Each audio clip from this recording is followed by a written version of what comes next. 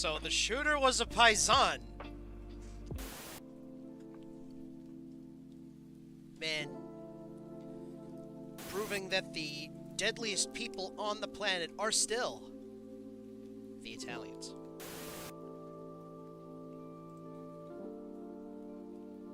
Hello, everybody. Welcome to the stream.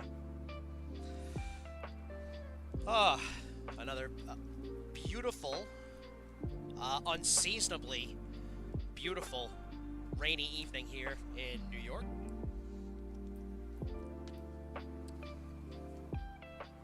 How's everybody doing?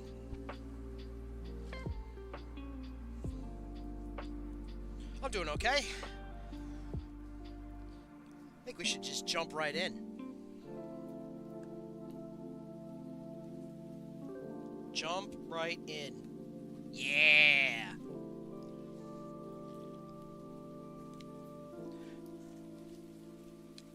You know, I thought about touching this up on Sunday, but then I remembered, you know, you boys Catholic, you don't friggin' work on Sunday. Are you kidding?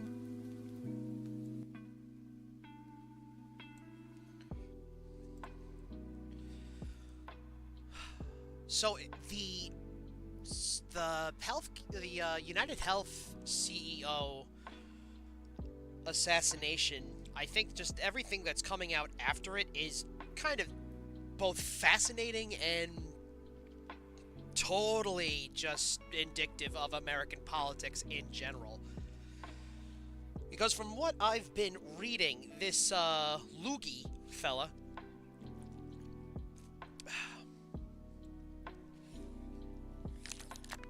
that was a super drink. This Luigi Manzone. Apparently he's related to a right-wing state senator? Like it's like a state representative in, I don't know, like fucking Maryland or something. And he's Republican, so you know, everybody's kind of assuming that this guy is, you know, Republican, which would make sense. He was like apparently Ivy League educated, had a little bit of money and influence, and you know, floating around here and there. But I think labeling this guy right away might be a fool's errand, because you know, he's a fan of Ted Kaczynski. Well, not a fan of Ted Kaczynski. I think he still considered him a lunatic from the review of his book that he had on Goodreads, and that's floating around. But it's just healthcare being privatized is just.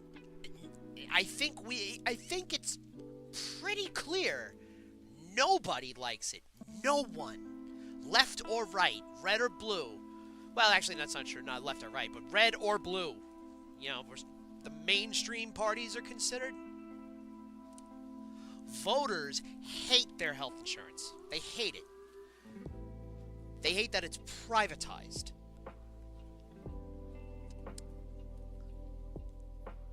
So, and apparently he posted, or I think it was like either his banner on his Twitter, which he got 153,000 subscribers after that, which is wild to me.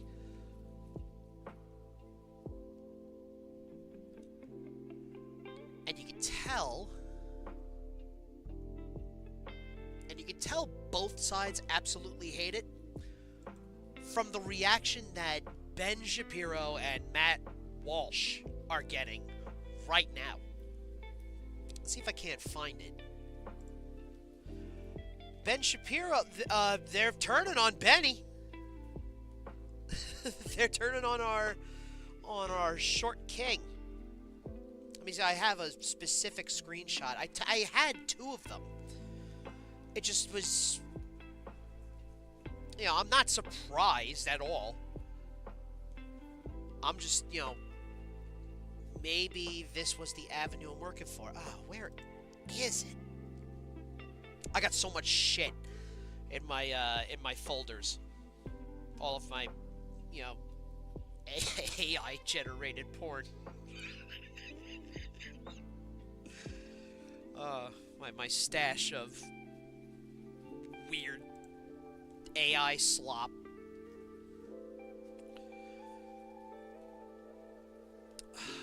Damn.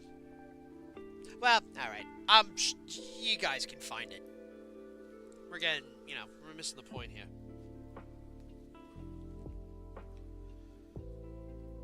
You know, these guys are saying, the people in his comments, well, them, both Matt Waltz, my God, had Tim on the brain. What could have been? Matt Walsh.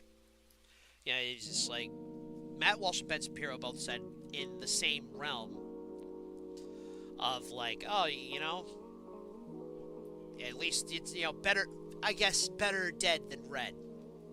More times than, you know, what's the word? Paraphrasing to a very heavy degree.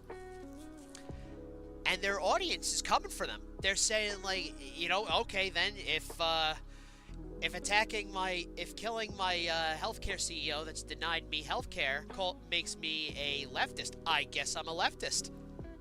And it's funny.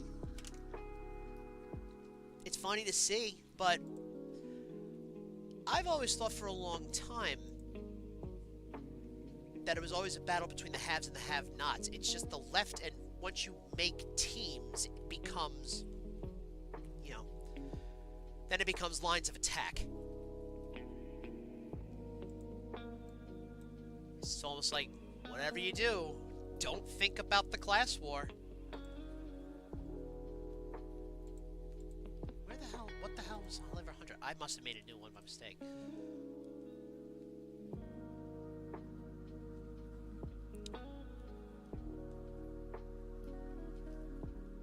Boom. Thanks.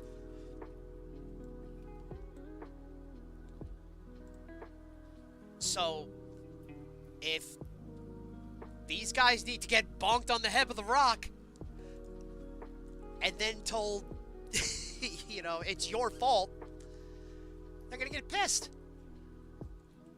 They're gonna get really, really upset. Because, you know, in overplaying their hand again, they've exposed themselves for who they are, which is, you know, a mouthpiece for the moneyed interests that are coming for your Social Security and are trying to distract you.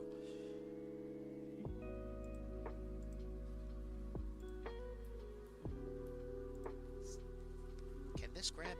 Am I not grabbing, like, the inside of this?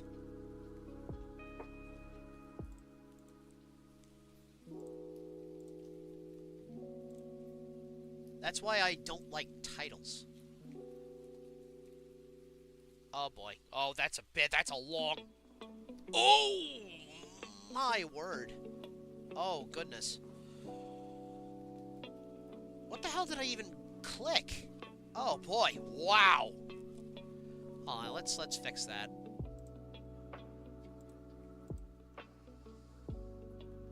Okay. So what the hell?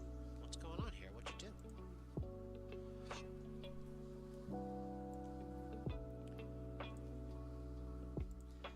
That's painted? Where's that? Oh! It's okay. I see what I did here.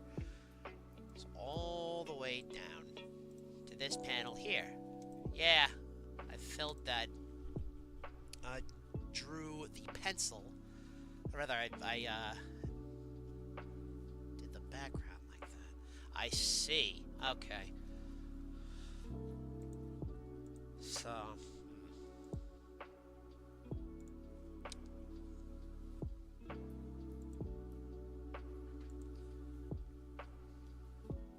So I guess what I can do here, right, is do that. Let's see if I can't try and select.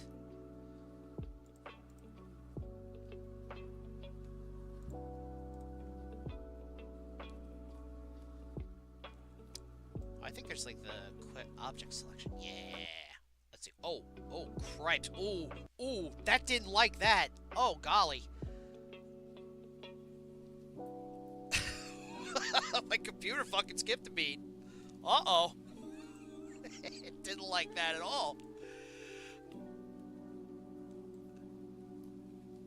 Alright, so how... Oh, because this is a new feature. Oh, that... Uh-oh. Now I remember fucking Adobe was shouting at me off stream, saying that I'm using the old version of Photoshop, so I think that's probably what has, probably this is why they told me you're doing it on the wrong version. Oh, all right. Okay. All right. I see what we can do here. I don't like to do it, but it's just gonna have to.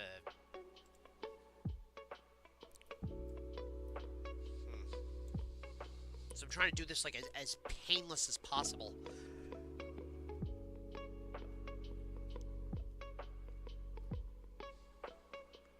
Yeah, this was gonna be black anyway, so we're just gonna have to eat it.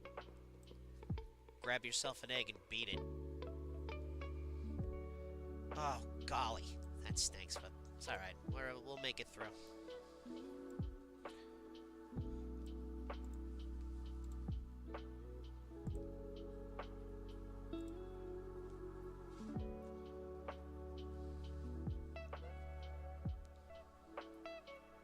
It actually works out for the better because the border for this panel is a lot thicker than the ones that we have set up here. So probably keeping it, condensed like this is for the best.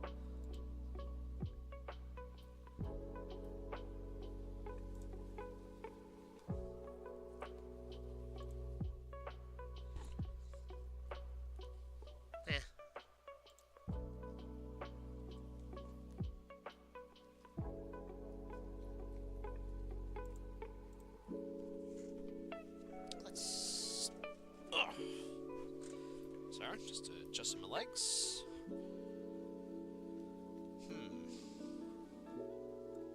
Maybe a little too... Turn this down a little bit. There we go. That ought to do.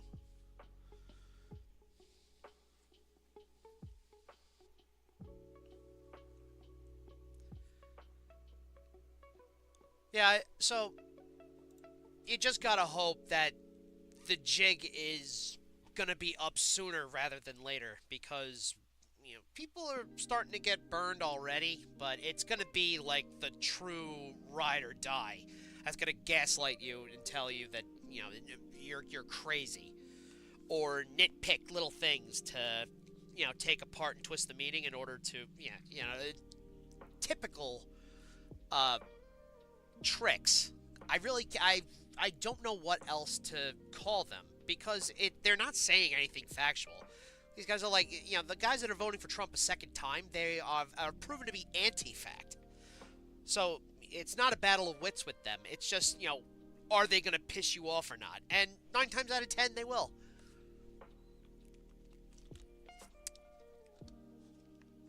They give them the pleasure because it's the only one they got. I live to make people's dreams come true.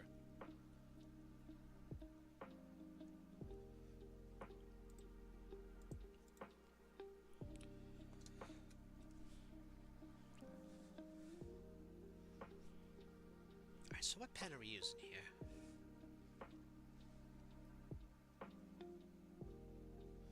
Yeah, it's all gotta be straightened out.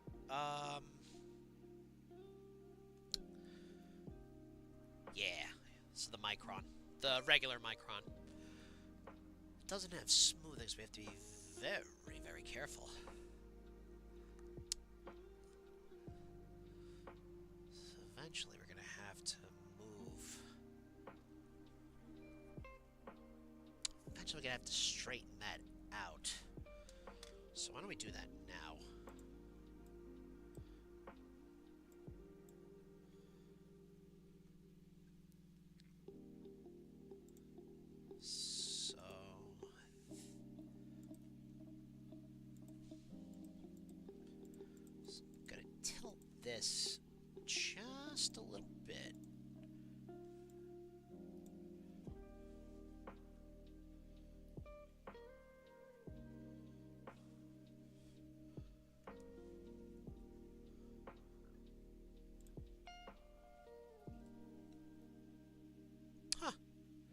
a little bit seems to have gone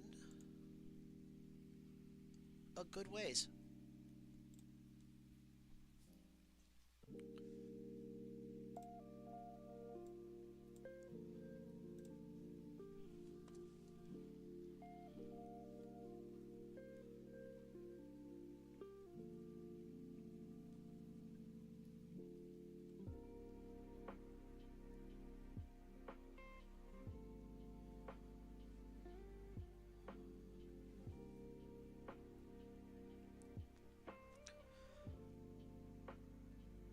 Another thing too, you gotta think, like, if you're catching on right now that, you know, that the healthcare CEOs don't actually give a hoot about anyone, you would think that for some people, rather, you'd think the battle lines would have already been drawn from class separation. But because the culture war has been so strong and so effective in generating fear and propaganda, that everybody had just thought, well, alright. Obviously, race isn't a big deal. It's the economy, stupid. Which, you know, is so fucking crazy to me. It's as if politics and economics and everything is mutually exclusive from each other. It's not. And I think that's what we all seem to forget when we box ourselves in. That's why it's so easy to turn somebody off. Or rather, you know, it's easy if you're, you know, in the know. Or if you keep on, you know, if you keep one finger on some pulse. When, you know, you kind of don't buy that you know, why'd you have to put politics into it and all that stuff? So everything's political. Everything. You cannot escape it. Everything is political. You can't escape it. Intersectionality is just the bog standard, which is why I do not have any patience for people that ignore things like intersectionality because, you know, it was because they got hooked onto a catchphrase like woke. It's just all seems a little ridiculous when, you know, you have guys clearly in empty suits telling you how to live your life. And yet these guys are the first ones to turn around and start complaining that you're telling them how to live their life. Every conservative accusation is confession. Every threat is a lie. And every conservative is diddler adjacent. Sorry. That's what you want. Well, at least you, I mean the people on Twitter anyway.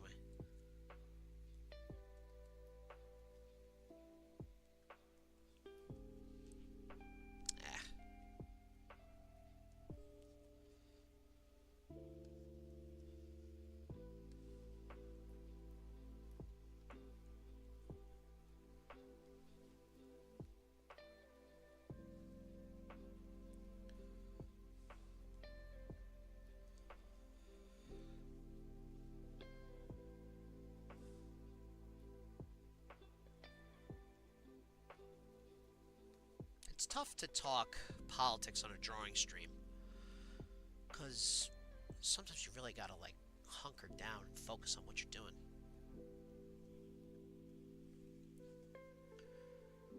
And my ADHD brain thinks it can do both.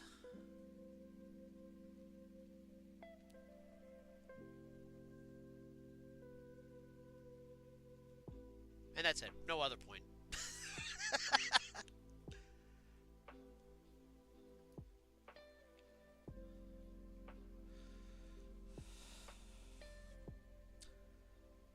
I should have more streams dedicated just like solely politics, or at least just have that just be the crux. I used to do that, you know, but I tried to do that while I draw, and it's so fucking like I said, it was so fucking hard. Maybe I just gotta get better at it, which I'm sure will happen over time.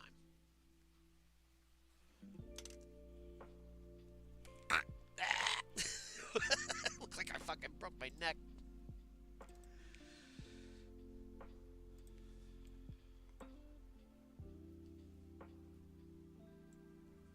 Oh, you know what? Actually, I had something up. I had something queued up. If you guys want to watch something, I know you do.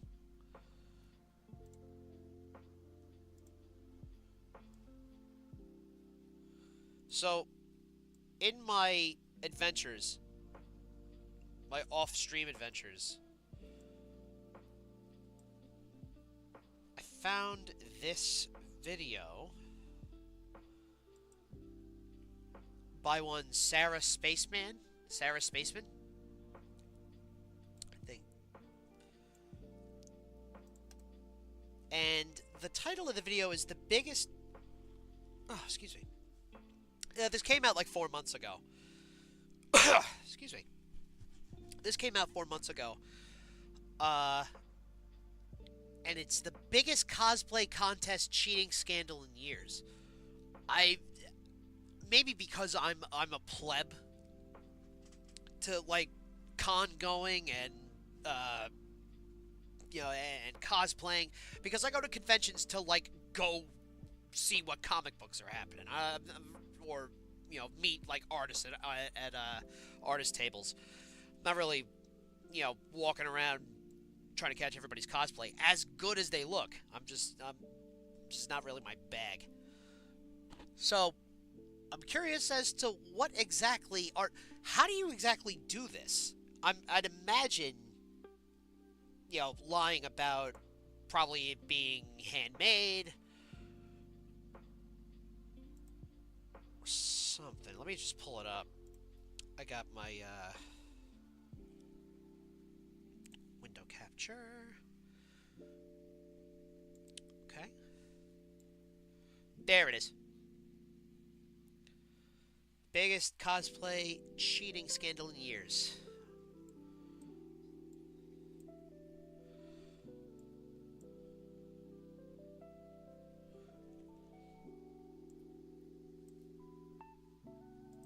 We'll come back to you. This was very nice. 1980s and 90s lo-fi hip-hop beats. Retro vibes, nostalgic Japanese town ambience, lo-fi rain playlist. Thank you, whoever you are.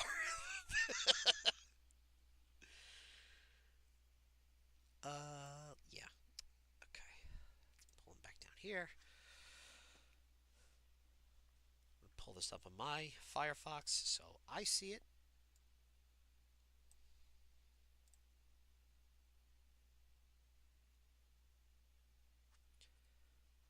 Well, so far, that looks pretty good. I hope that's not the cheater and I just got flim-flammed. That would just break my little heart.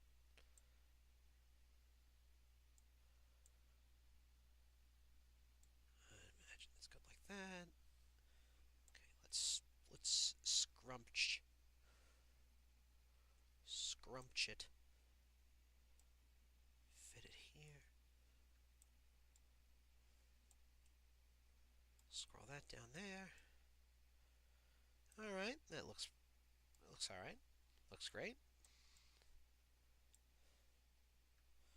Let's get this TV frame up a little. Let's actually put this on the television, as it were.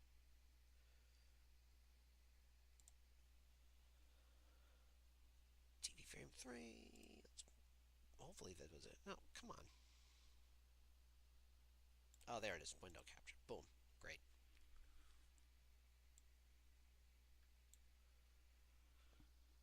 All right. That looks about right. I think we should be 100% on audio.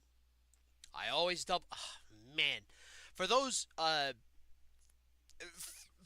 who know very, very deep Steamboat lore when I was reading the Donald Trump indictments last summer. I've read through the entire indictment with my microphone off. That was the most lefty audio moment I've ever had.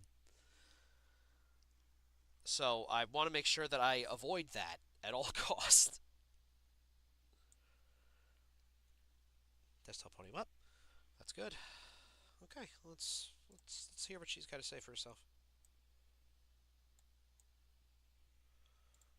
This cosplayer disguised someone else's work as their own, used it to cheat in a cosplay contest, and then got caught red-handed. Uh-oh. But how do you cheat in a cosplay contest? Well, I've been competing in cosplay contests for 10 years, and I've judged them for Midwest like 6. lady? So I'm gonna make sure you know how these contests work to explain the biggest cosplay contest cheating scandal. Is she like from Chicago? In years. So we're not talking about a Halloween costume contest where the guy dressed as Jesus wins because that's funny. These are craftsman contests that usually happen at anime, comic, and gaming conventions, and they focus on the quality of the handmade cosplay. So you're getting judged on your craftsmanship. Judges makes are sense. looking at the sewing, the prop work, the foam work, and 99% of the time, the person competing is also the person wearing the cosplay. But there are also plenty of competitions that will let you use a model to wear the cosplay instead. The creator just also has to be present. These contests were born in a time before high-quality pre-made cosplays were widely available. Right. A time where if you sense. wanted to cosplay most characters, you had to make that cosplay. And these contests remain a way to make it work. Celebrate people for honing and learning all of these skills to bring everybody's favorite characters to life. And the stakes can range anywhere from international trips to thousands of dollars to just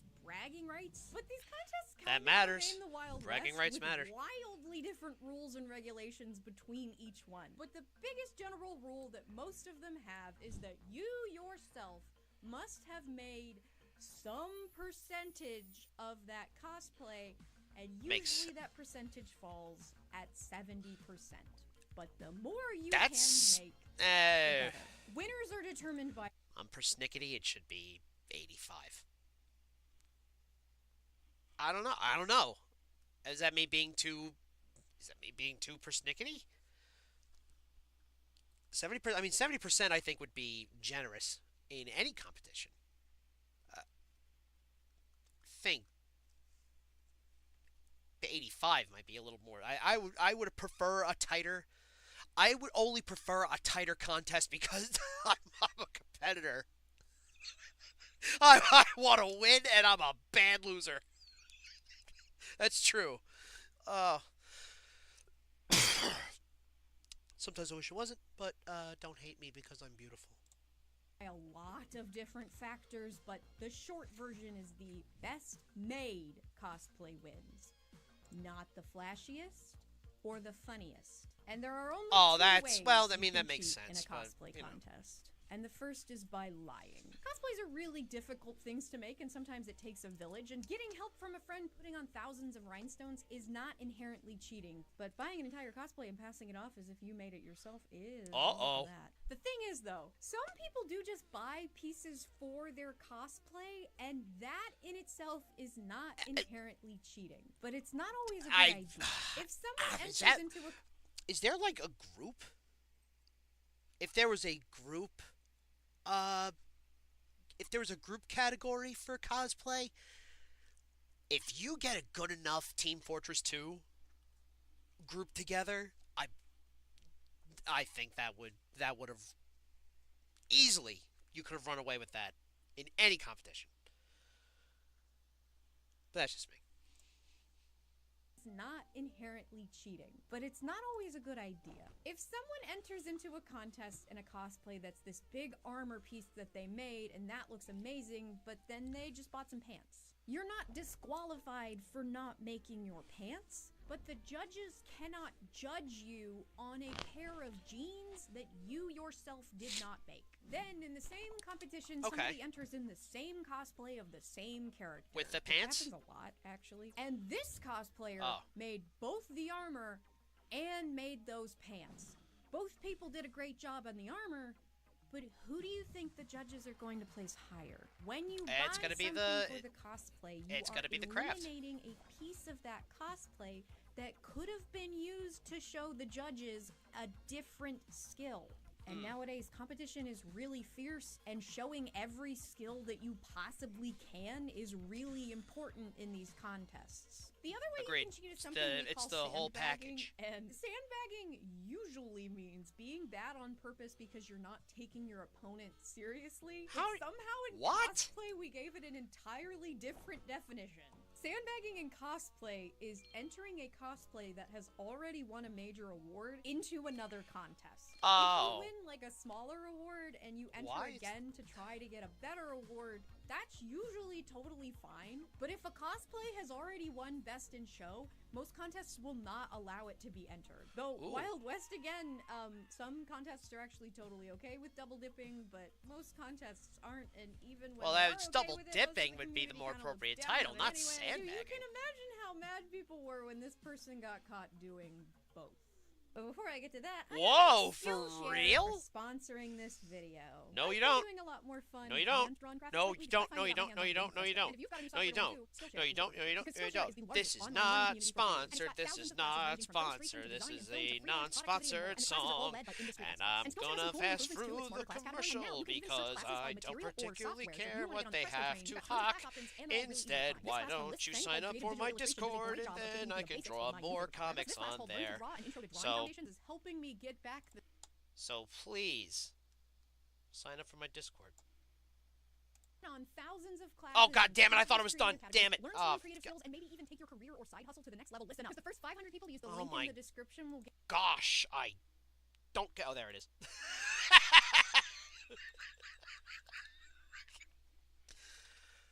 Well, I had a chance to sing the subscribe to my shit song, so I'm happy with that.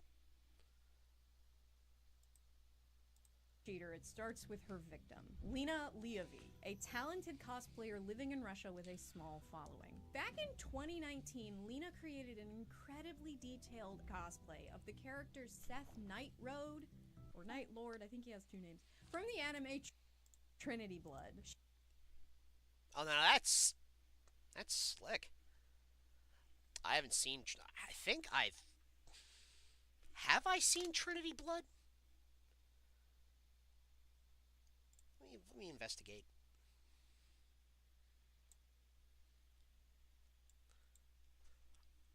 Trinity Blood anime. Yeah. I did see this. Okay. I got this confused with Hellsing at one point. Yeah, alright. What the hell?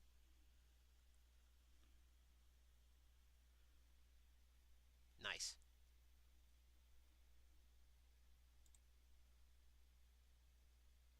Alright, well, that's checks out. So, not Hellsing. That does look great. That looks really good. I love the fucking Bible here. That's awesome. I love that Catholicism is just aesthetic for the Japanese. Which is not far off. You know, Christians like to, rather, Catholics, you know, are very, very supposedly traditional and all that. No magic, no witchcraft, all that shit. We're performing ritual magic every fucking Sunday. The incense, the chanting, the, you know, the whole community, you know, sending good energies and splashing magic water on you so that all the things you did bad yesterday, so if you like hit a dog yesterday with your car and didn't say sorry, now you're good. That's more so Protestants.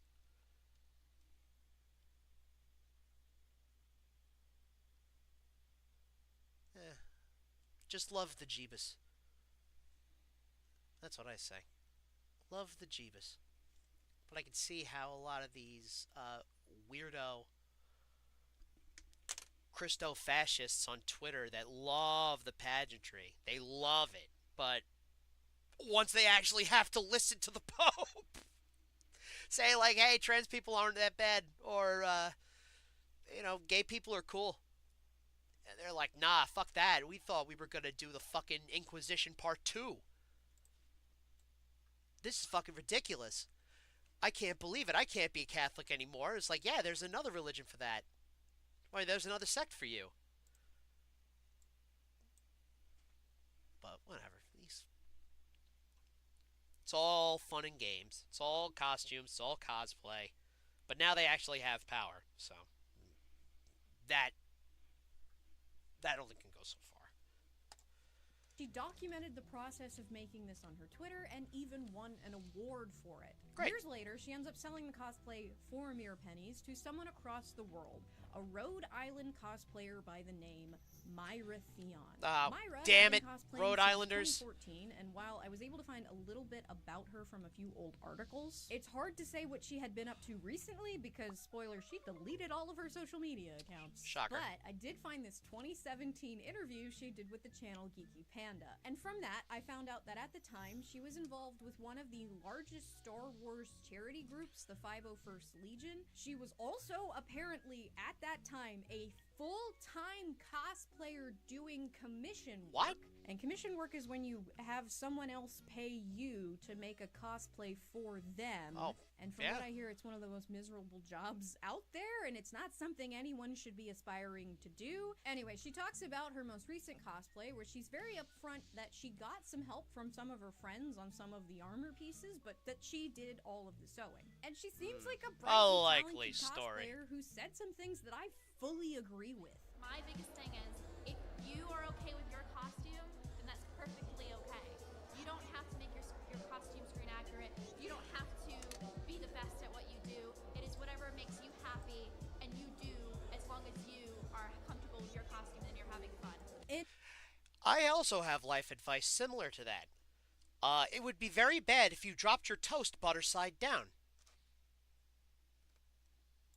In a different interview, she claims to have sold the rights to a female Titan Zentai suit design to ZentaiZentai.com. And if you have no idea what I just said, you know those morph suits, those body suits that have printed stuff on them so you can look like Spider-Man or something? Well, Yeah. she's basically saying she designed that actual graphic that gets printed on those body suits to the largest seller of those kinds of bodysuits. But she Yeah, apparently likely doesn't like wearing story. cosplay anymore because too many people had her design. Okay. She seemed like a talented cosplayer, a No, she proclaimed contributor to ready-made bodysuits. She got help from friends sometimes, but was upfront about it. But flash forward 6 years and she would be saying, You don't have to make your costume. back to Lena. She doesn't know much about the buyer after the cosplay Got her. is sold, and never really sees the cosplay or the buyer again until she gets a message. Somebody messaged Lena asking if Myra was wearing Lena's Seth cosplay, as it looked incredibly similar. Lena tried to look at Myra's page, but she was blocked. Ooh, But shocker. she is able to find an Instagram reel with Myra in it. The reel was posted by a photographer who had gotten a clip of Myra at Katsucon, and its caption kind of set everything off. The photographer wrote, Introducing the remarkable Seth Nightlord. Morafian cosplay has absolutely nailed the look of the character from the distinct... Oh, boy. Oh, boy. Uh-oh. Oh, no. Morafian's cosplays embodies everything that makes... Oh, no. Yeah, no, that's dirty. I was blown away by Myra's dedication and attention to detail in bringing this character to life. Oh, no, and that I'll she fucking clearly throw put up. a tremendous amount of effort into capturing the essence of the character. Despite what the caption said, this was Lena's Seth cosplay. And yes, it is possible that two people can make a cosplay of the same character and the two Yeah, cosplays come but out that's almost not what happened, indistinguishable. did it? But Lena had taken so many artistic liberties with Seth. Extra details that made it incredibly clear to Lena and anybody with eyes that this was Lena's Seth. But then, what seemed like an innocent photographer's crediting mistake spiraled into a giant cheating scandal because Myra wasn't just telling random photographers that she made the cosplay. No, she had been entering a cosplay that she bought from another person into craftsmanship contests without Lena's knowledge. And not just once either. She took this cosplay to several cons to compete and even win awards. She allegedly competed in up to 4 costume contests. But I was only able to find footage of 2 of them. She also allegedly won Best in Show at Kineticon and second place at NYC. But this stuff is really hard to find now because New Englanders aren't sending and their best in the cosplay world, unfortunately. At Fan Expo Salt Lake, and her competing at the New York Comic Con Crown Championships of Cosplay. No! On my turf? My hometown? By the goat. Sarcasm, Hime. After Lena finds out about this, she tweets about it where she does include proof that Myra was in fact the buyer. To make it even worse, it turns out that the Seth cosplay wasn't even the only cosplay that she bought and passed off as her own. She also bought Kim's Sakizo Necromancer and allegedly competed. No way. Oh, come on. Come on. Why? I have to know. What were you doing? That was like it's probably, I don't know. Why is she doing all these skin almost said skin grafts. Skin prints for these morph suits and just been part of the community. I think she's the big old liar, chat. I don't know. So, shit. Something tells me that this person is not being entirely truthful. I know. Shocker opinion. Oh, for God's sake, please. Let me just squinch. Please. Oh, alright, well. Yeah, fuck it. As this is happening, Myra tries to explain herself to Lena. This was just some big misunderstanding, okay? Myra admits outright that the cosplay is in fact Lena's, but she claims that she didn't know that Lena was blocked. She admits that she did win awards, but she claims that she had just used the cosplay as a base, that she had rebuilt and retooled parts of it, and even made a build book for the... Even then,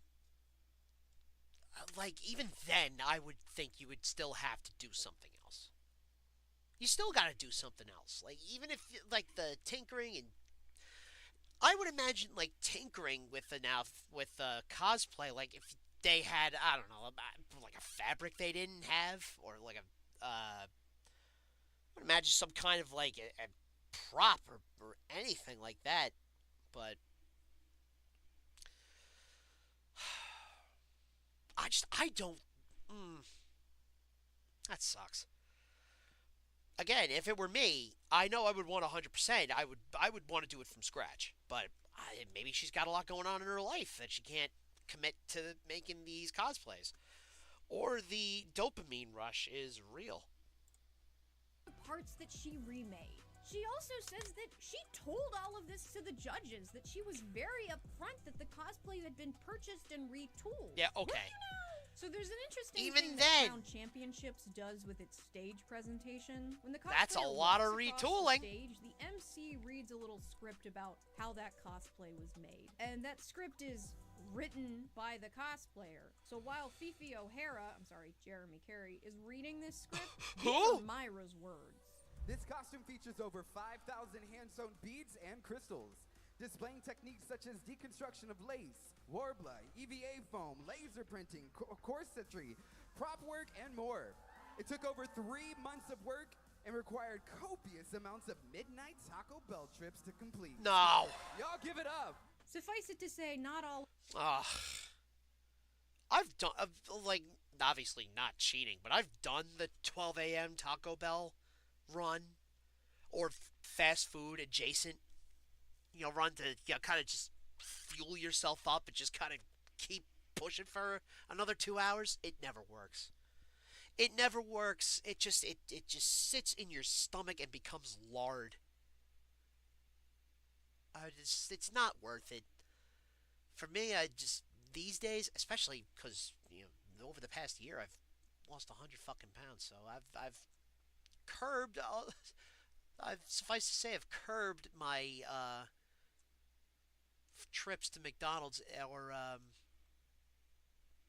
your Taco Bell pretty significantly.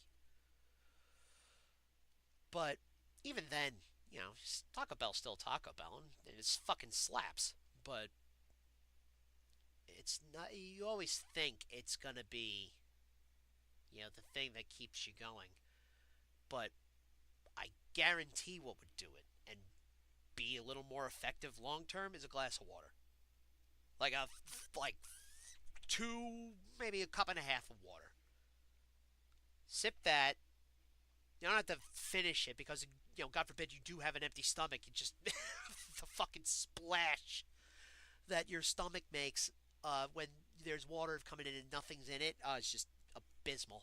Drinking water on an empty stomach is awful. I've done that once or twice where I just had to I was so thirsty in the summer, I had to fucking slug water.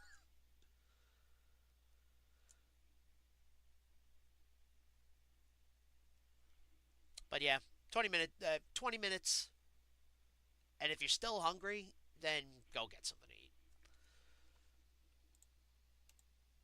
All of Myra's statements really line up. She also claims that the award she got for needlework was just for some embroidery that she herself added to the cosplay, but I'm sorry, needlework categories encompass all of sewing, Yeah. and I know she didn't change any of the sewing for reasons I'll get to later. She does say that there were some cons that didn't place her because the cosplay wasn't entirely handmade, which could easily be true, and if I were to speculate and allege on my own, this is speculation. No. All right, I'm gonna beat you to it, Sarah. You seem like a very nice lady, but I'm gonna beat you to it. A pleb like me. I think. I lost my train of thought. Well, whatever. Whatever, spit it out. I think that, it's possible that she got that feedback and then realized it was yeah, no, that's what I wanted to say. They caught on. They took a look. They said, wait a minute, something's not right. And then they told her to fucking beat it. So, I think that's what happened. Probably good to omit that information in the future. She also then apologizes for the photographer, saying that the photographer just misunderstood what she said, which could be completely believable. I wanted to reach out to the photographer, but then I realized most of his content now is putting eggs in camera bodies, and I was a little horrified anyway. So we do know it's the same cosplay. What? But do we have any proof? I missed that part. Hang on. I wanted to reach out to the photographer, but then Ezra Bizil. Him. And I realized most of his content now is. What was that? I saw. I hope I didn't see what I thought I saw. Oh. Making camera art.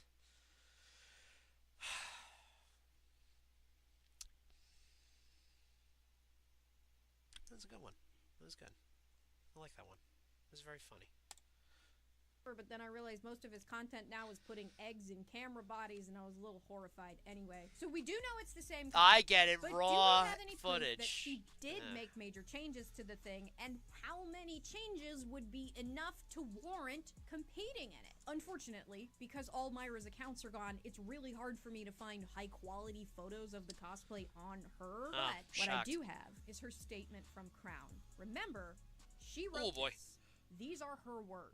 This costume features over 5,000 hand-sewn beads and crystals. I'm going to be fair, and I'm going to give her this one. There is actually one difference between when Myra owned it and when Lena owned it. If you look at the footage from Crown, you can see that on the edges of some of the armor, there is a sparkling glint. And in this photo, there's a weird pink sheen coming off of those edges, which makes... What is that? Yeah, let's see what she's talking about is like right here. The right in the center. What is that? Is it like is it the like press on uh beads that they have at like Michael's or some shit? Makes me think that those are AB rhinestones. Ah! There are close-up Yeah. Shit, I could have done this. pictures of Lena in the armor, and there's no rhinestones Oh! right there. So this one is actually true. But it goes downhill from here. Displaying techniques such as deconstruction of lace. How are you deconstructing lace that's already on the costume? Lena has progress How do pictures of the lace going on, and that's a lot. How do you deconstructing lace? You just ruining the lace. The whole point is it's like one delicate pattern. Like, oh, hot air and full of shit. Warbler, EVA foam, laser printing, prop work, and more. We know Lena did those too, and I see no difference on the foam work other than the added rhinestones. That's very funny. Corsetry. This one's probably the most egregious, but I'm gonna wait a second for it. It took over 3 months of work and required copious amounts of midnight Taco Bell trips to complete. Guess she ordered extra liar pants on fire sauce. Ah! Got him! Got him! I like this lady. I'm gonna subscribe to her. Bam! There you go. You earned another subscription from a nobody. But I do believe that she at least modified some tights because hers are different than Lena's. Mainly because Alina doesn't have cankles. With all of that, we do have high-quality photos of that Necromancer cosplay I mentioned, and with my several months of experience looking at r/Find the Sniper posts for way too long, I can confidently say that I see no difference in the Necromancer cosplays whatsoever. So, in my opinion, all she actually did to rework the cosplay was make new tights, add a bunch of rhinestones, and I will give her the overly fair assumption that somewhere on the cosplay, she did some extra embroidery. You don't need to know a lot about cosplay to know that that doesn't come anywhere near the 70% rule that most contests require. Yep. But I know a lot about cosplay, so I want to point some things out that Lena would have had to do to make this thing. The thing that sets making cosplays apart from making normal clothing is that most cosplays are almost always impossible garments drawn with no regard for the laws of physics or normal garment construction. And Seth Nightroad exemplifies that. The first hurdle of all cosplays, but especially complicated ones, is figuring out what the fuck the character is even wearing. And I'm sure that it took Lena long hours to even know where to start on patterning this thing. Patterns are the templates that we use to make garments. And if you want to make a pair of jeans, you just go to the store and buy a jeans pattern. But when you have a weird outfit like this, you have to pattern it yourself. Oh God. I don't want that. Does that fuck up what we had going on the TV? No. What does she mean? Where's Firefox here? Camera enhance. Can you guys see that on the? Yeah, good.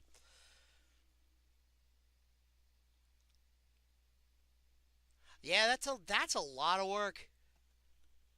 That's a lot of lace. I mean, you could probably get like a large, dining room like table doily or something like that. But no, I mean, if you want to go all the way and get a perfect score, yeah, no, she's right. You gotta do all that yourself.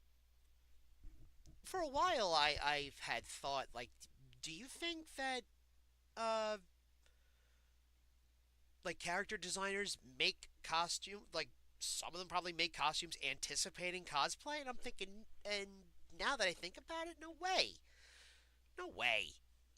How the hell do you make that work? Well, I mean, Alina found a way. But yeah.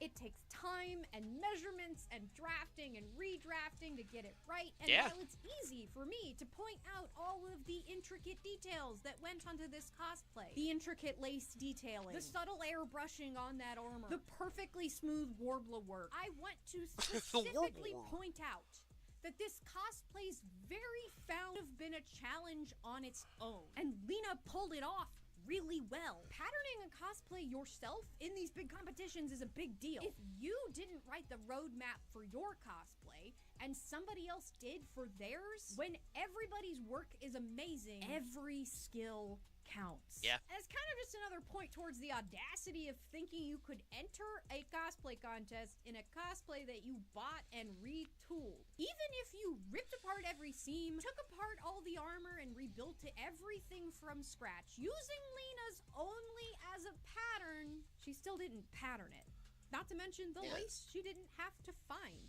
The ungodly structure for whatever that thing is on the back. That we were just talking about that. To figure out at all. And Yeah. while she didn't place at Crown, she did place at Fan Expo Salt Lake, where she had claimed that she only got that needlework award for the added embroidery. But it turns out that was actually a Judge's Choice Award for needlework. And in the video, it seemed like the judge that gave her that award was Marielle Clark. Who? Judges' awards can be given for any reason, but I decided to reach out to Marielle about this. I was apparently wrong. Marielle apparently wasn't actually a stage judge and was just presenting the award. But she was involved with that contest's online prejudging and was able Okay. to tell me that if there had been any indication that the cosplay had been commissioned, that she would have immediately been disqualified. Yeah. I also reached out to the amazing Merida, who was one of the judges at the NYCC Crown qualifier, and who also is probably the most prolific cosplay pattern maker in the world. Anyway, she did remember judging Myra, but unfortunately she could not remember whether or not Myra had mentioned anything about the cosplay being purchased or commissioned or not. She said it was possible, but that she just couldn't remember. Oh, We don't really have any come solid on. evidence whether or not she did or did not lie to judges. But with what Mariel said, Come on. See, I get a lot of flack when I say things like, you're thinking about this too hard. Like, come on. Of course. She lied. Of course she did. She's fucking chasing the dragon. She wants the fucking attention. Oh, shit. She wanted all the love for work she didn't do. And, it's unfortunately a pretty, it's a pretty contagious mindset these days, I feel. Because everybody's looking for something, as the song would say. And I guess validation would be one of them. See if I can't get this up here. Yeah, it looks good. At least for now. Let's get rid of that other pencil in the back right there. Anyway, Sarah, please continue. it is possible that that information was either omitted or misunderstood. I've just No, long enough it to was look out omitted. for people that are lying because I've had it happen before. One of the things that I've seen people do is buy a piece of commercial clothing and then claim that they made it. And with commercial of course. clothing, there are actually some very specific and easy telltale signs that it is not handmade, and there are some very specific questions that I can ask people that if they don't know enough about sewing, they won't know the answer to it. That stuff is very easy to catch. What's harder or even impossible to catch is handmade work made by someone else. However, there are some systems in place for con runners and judges to be able to tell if somebody did actually make that cosplay. Some cons go as far as to check the competitors' social media profiles for in-progress pictures or prior work photos, but not all cons do that. Most cons primarily rely on build books. Build books are short! Please stop making them 16 pages long, short pamphlets that usually consist of a bunch of progress photos of that cosplay. Their primary use is to help show... Yeah, see, that would make sense in a contest, but I'm sure as there's salt in the ocean that there's some of these people that taking cues from, like, if they're like in art school or they're adjacent to theater or you know their concentration is like adjacent to theater or something like that. You have a show Bible with all of the looks and all the costumes, the fabric and all that. But that's for a Broadway production. This she this Sarah is absolutely right. Something like for a contest should be like 1 page. The judges how that cosplay was made, because most costume contests have pre-judging, which is where judges get to look at the cosplay up close before the stage show, but often pre-judging times can be as short as 3 minutes long. So build books also serve as a way to make sure you get all the information out that you Yep. need to without forgetting it in the 3-minute word vomit that you are allotted. And having photos of that cosplay in the process of being made is usually enough to prove that that person made that cosplay. Except in this case, Lena had posted a lot of work in progress photos on her Twitter without herself in any of them. Yeehaw!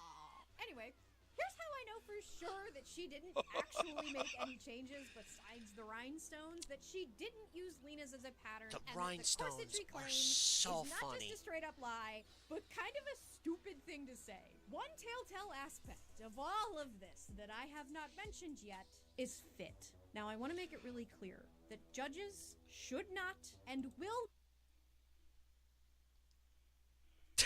She gonna I made a I made a joke in poor taste earlier. I hope she I hope she's not alluding to it. I think she is. not take into account your size versus the character's size.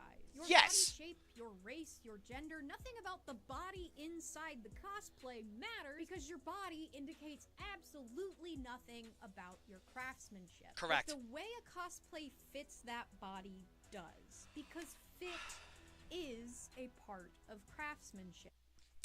Wear clothes for the body you have, not the body you want. That was another weight. It was a small one, but I think that matters too. Because I've done it where sometimes I get like a shirt, shirt too small. Like, we're not like squeezing into sausage casing, but like yeah, just like if I'm like I'm a 2X, and actually that's not true, not anymore. I'm just an X right now, X large. I would have worn maybe like a slimmer large, just because I'm just like I'm losing weight. I got this shit in the bank. I'm gonna look great. But then 9 times out of 10, you're just wearing stuff that's uncomfortable, and you still feel self-conscious because it doesn't fit. Yeah. She again, absolutely right. Where it's the body you have, not the body you want. And in the video from Crown, when she turns around, you can see that the cosplay is open in the back. This is why I'm pretty confident that the corsetry claim is a lie. Absolutely. So, man. Yeah, no, she had to suck it in.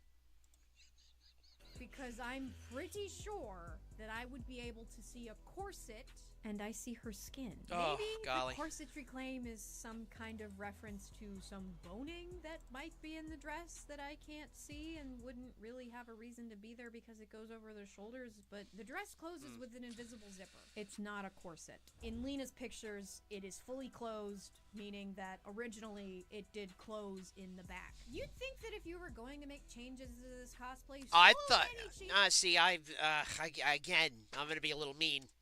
goes in the back. You'd think that I thought you was talking about the leggings.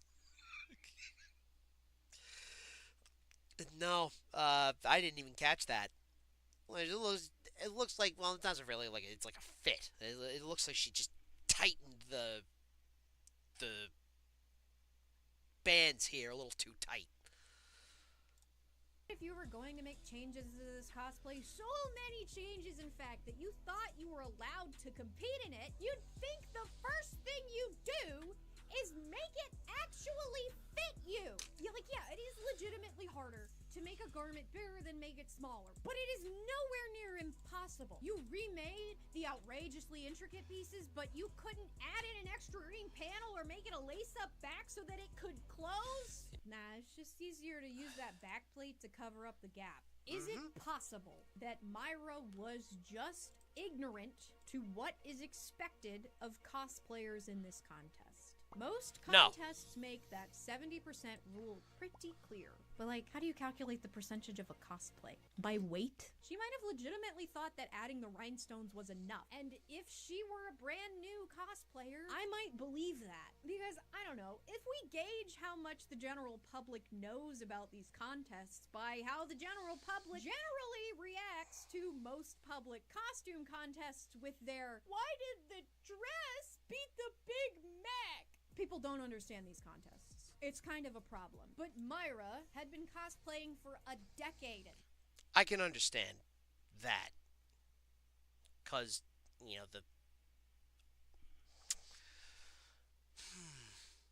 a mech taking over, it's big. True. Actually, now that I'm thinking about it, because it could be big, but it's, something can just be, large, and then that's it. Oh, this perspective's gonna drive me nuts. I hope I get that right. Well, I could just tighten that thing up right there. You see? I would just tighten that up, and then we'll move on. We'll come back to it. I just want to get those real dark blacks in first.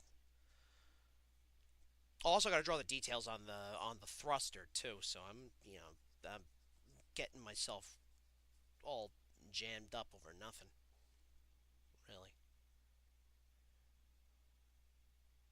Boom. This point, and was involved in large community groups. So I think she knew what she was doing. Oh, absolutely. The best indicator I have of her guilt is the fact that she blocked Lena. While this behavior is a giant outlier of audacity, it is a perfect example of how Yeehaw Cowboy Wild West, the cosplay competition scene, truly is. We don't have a standardized set of rules for these contests for cons to follow. And we don't have a 100% guaranteed way to know if somebody made the cosplay that they're wearing. Crown Championships is one of the biggest contests in the world, and that, you would think then, judges could be judges, but I don't know, how, how many fingers they have on the pulse. I would imagine if you're doing a cosplay contest, there would be pictures of the winners in order to set the standard, or you get all the looks from last year, or the biggest looks of the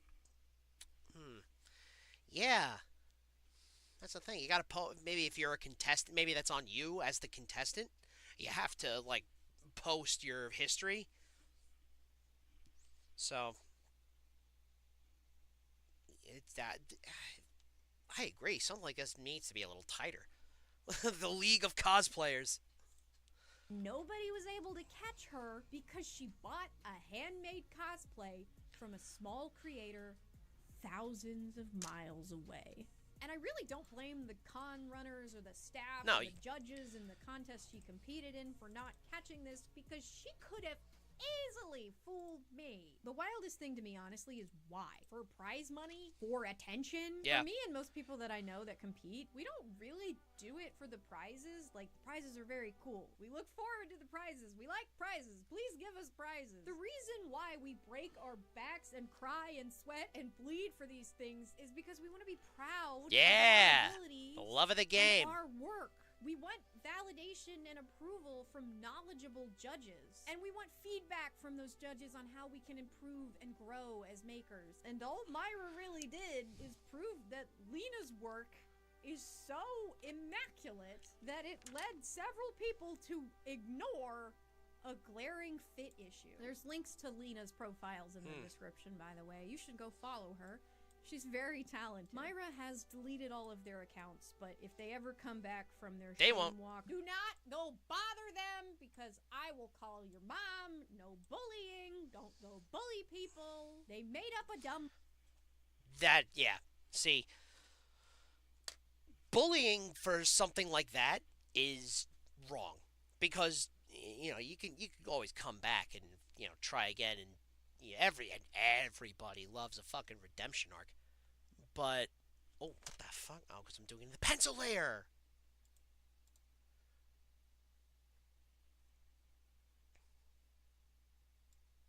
Just gonna pull. Yeah, I might as well just do that.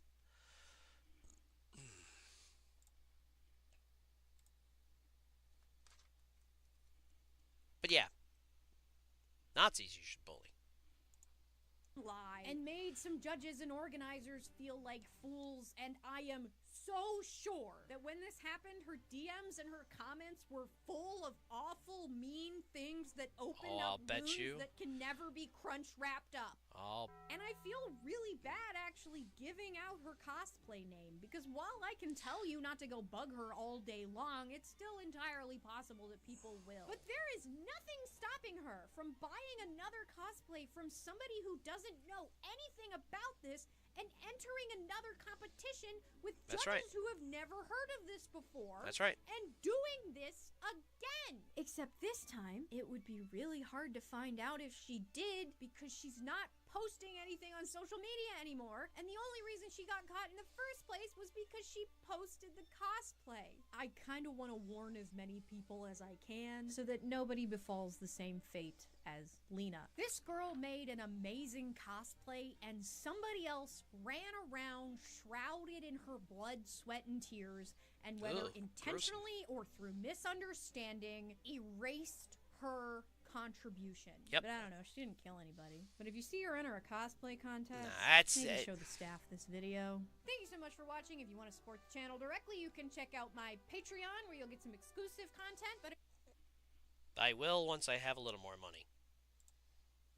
Otherwise, that was very good.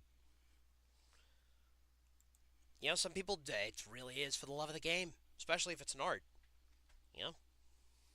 But god damn. I can understand. I can understand it to a point. But, you know, that's egregious. But I think there needs to be, like, definitely needs to be, like, a commission. Like a fed. Like a federation for, like cosplayers. Because that's wild. Anyway, let's get back to doodling. I feel like it's just I don't know, tonight it's just a chill drawn night. Especially because I love the rain, man. Ugh. Nothing gets the creative juices going more than rain. Or maybe it's just like the white noise part of it. Regardless, let's keep going. Let's keep vibing.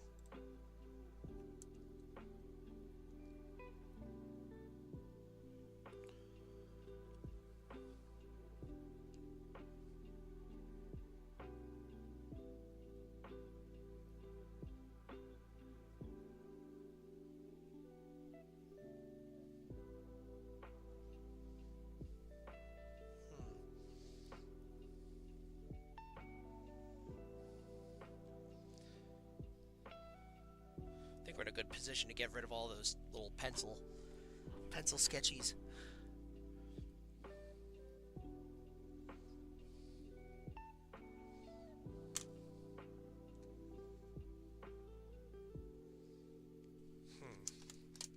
It's the second thruster here. Let's take a look quick at the Enterprise. Get a little reference here. Oh, golly.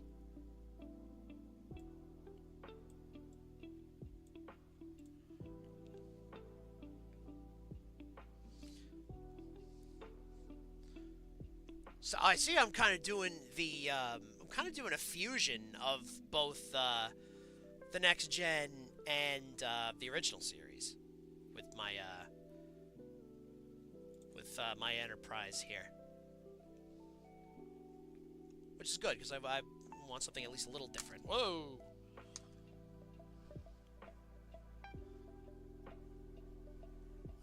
Where is Broken Micron? Boom.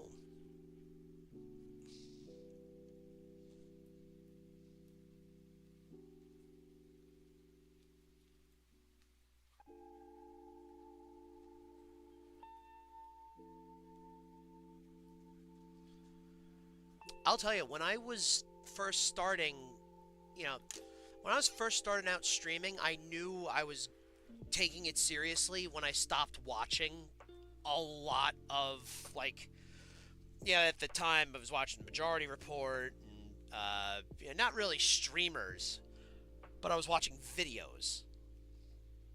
Like, the first stream, I was familiar with, the streaming space and, vaguely know who some people are at the time. But now I've got a little more, what the fuck? Now I got a little more, in depth with it.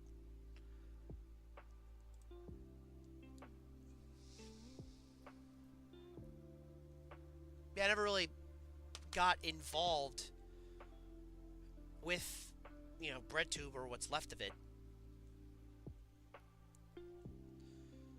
until I got started.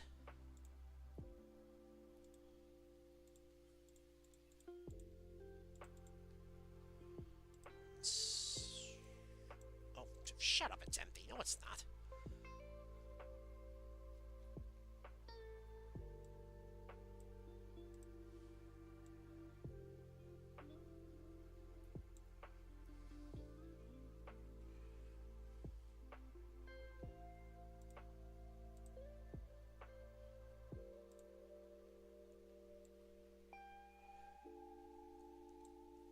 So I've been keeping score at home.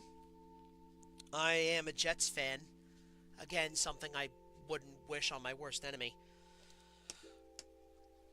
Delightful news today. The Jets have their 14th straight losing season. Now, the current owner of the team, Woody Johnson, he has had this team. He bought the team in 2000.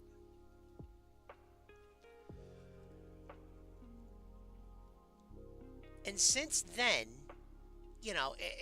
they've had, the butt fumble and their head coach being horny on Maine after years of do-nothing football. They just find ways to embarrass themselves.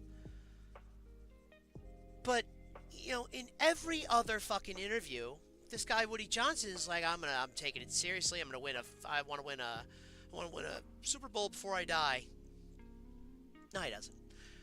The Jets are deeply unserious about winning football games, and they always will be, because they, I think, make more money selling this. They did what the Wilpons did for a long time.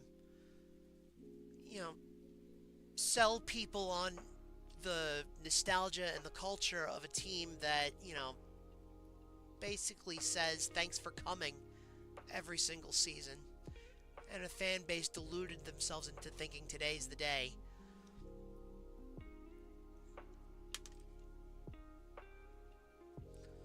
But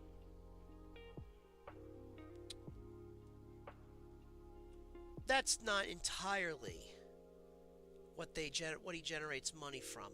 I would argue, because I don't have any definitive proof, I just, have lived in New York City for a very long time. I would imagine Woody Johnson thinks that it's the Jets could be a bona fide tourist trap. And not like for Europeans who want to know what, that are trying to differentiate between football and hand egg. I'm talking about, just, Americans, but out-of-towners. People that are coming to see a Broadway show or visiting a kid going to school in college going to visit a kid in college that, they're from, like, I don't know, fucking bumblefuck Nebraska. But say, like, you're an expat from Tennessee, you love the Titans, but you live in New York, and your family comes over. And, you're not entirely emotionally invested. I mean, you love Derrick Henry, but a one man a team doesn't make. The appeal of going to a Jet game if you're an out-of-towner, ideally, is to spend money at the stadium and watch your team get a free win. It's all out-of-towners. Out-of-towners and corporate buyouts. Same thing with the Knicks.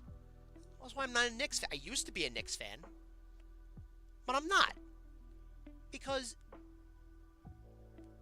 Dolan will never sell. He'll never sell the Knicks. Never. But even when I was a fan of them, they found more ways to be part of the media circus than, actually being good at the sport they're playing. And the only thing you can say is, what a great racket. Because I can think of another guy that takes advantage of desperation and helplessness and trying to cope with forces beyond their control. They just voted him in again. And Woody Johnson was the fucking U.S. the representative to fucking England. He was in Trump's State Department. Oh, I mean, shocker. He's a big Trump guy, which is why he snagged Aaron Rodgers. VP hopeful that, courageously led his team to the worst season in a decade.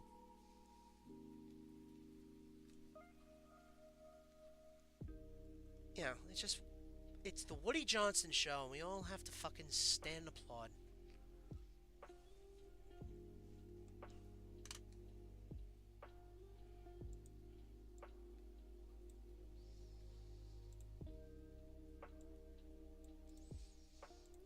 But yeah, if you're a football fan and you think the Jets are nothing more than a tax write-off at this point, have I got a fucking bridge to sell you. And I live in New York City, so take your fucking pick. Let's see. I'm cracking, breaking my neck. Oh, golly. All right, well. I'm gonna leave the door open.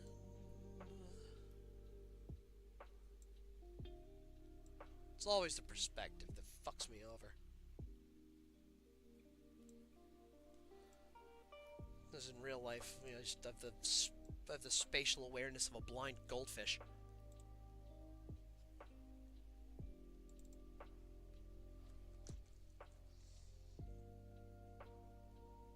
You know what it is? It's the pencil that's throwing me off here. So let's just get rid of that. Just fucking get rid of it.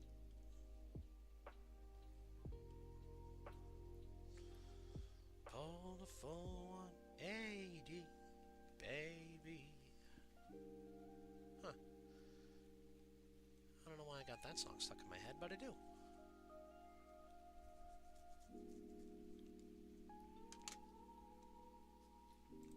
Pull back a moment and see yeah, so we just have to slice that up there and make all the other, distinctions of what makes it the fucking Enterprise. So I have an idea. Let's actually finish the perspective we were working on with the fucking wing over here.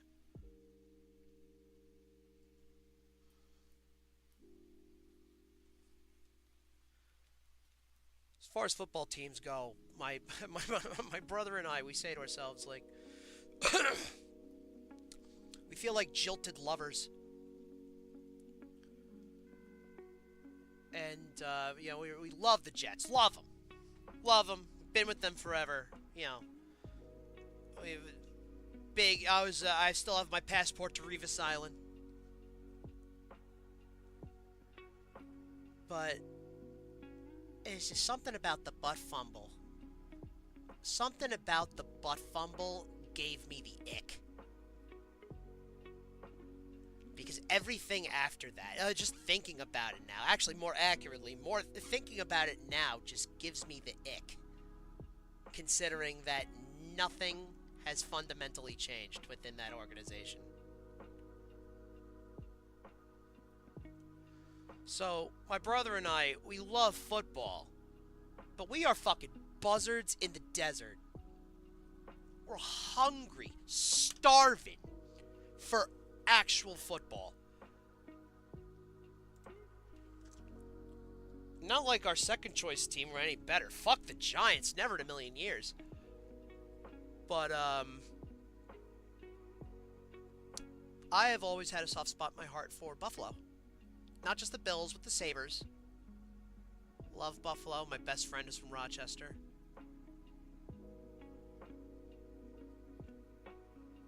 You know, it's real fucking blue collar town too. Fucking Buffalo.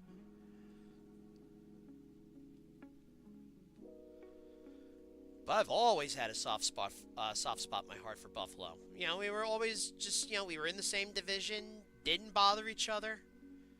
Just, fuck the Pats and fry the fish. That was, that's what all we were concerned about. And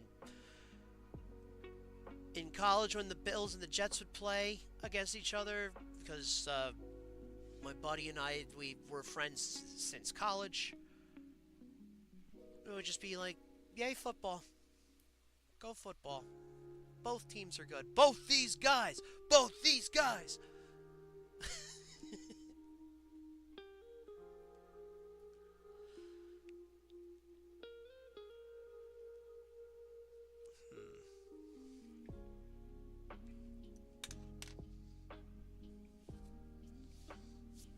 See if I can't finish that line here.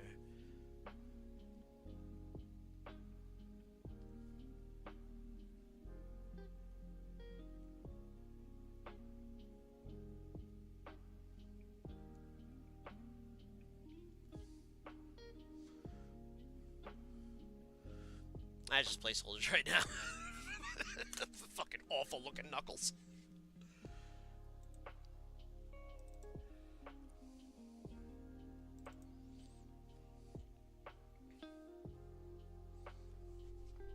Oof. I don't know if you heard that. That fucking pop in my arm was ugly. Holy fucking cow.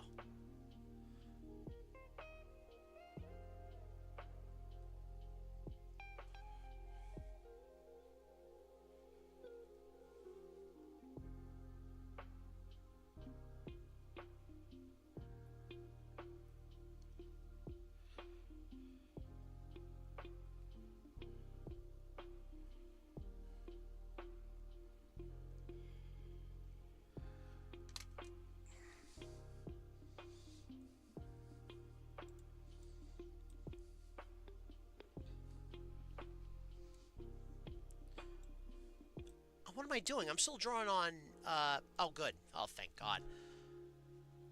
That would have been embarrassing.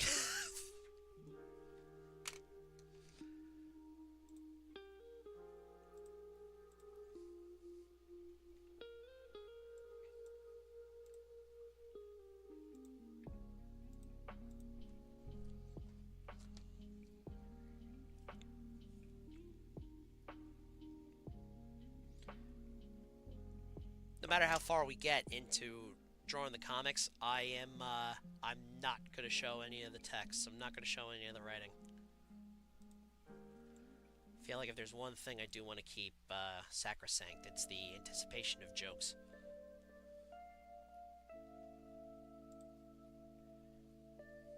So like I was saying last stream, not really super big on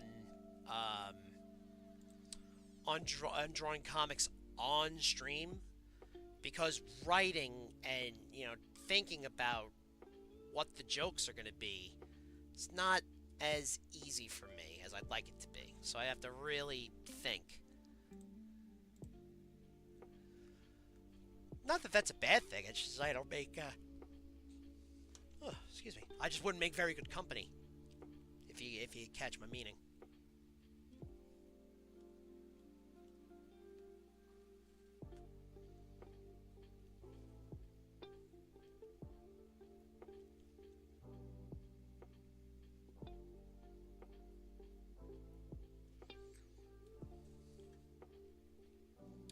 Okay, that probably is part of the pencil layer.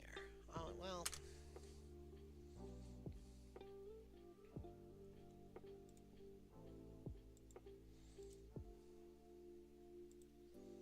Yeah, let's even that out with the other one. I'll be true.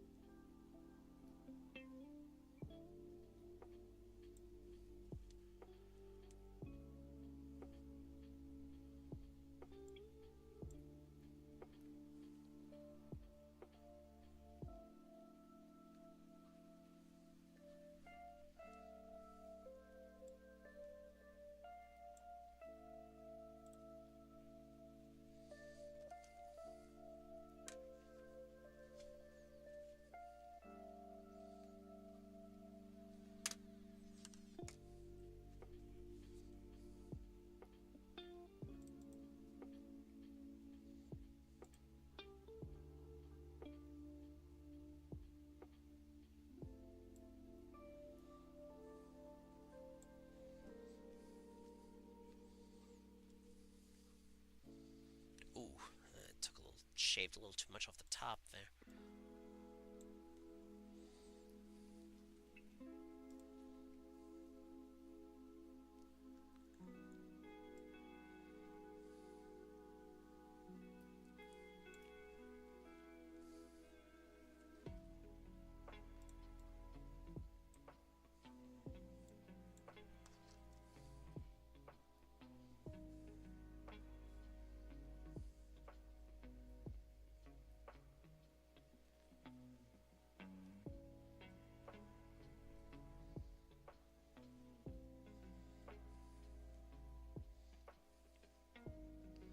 Just make sure that's looking. Scroll this down a little bit. Kinda. Now let's clean that up, and then we'll probably get a better look.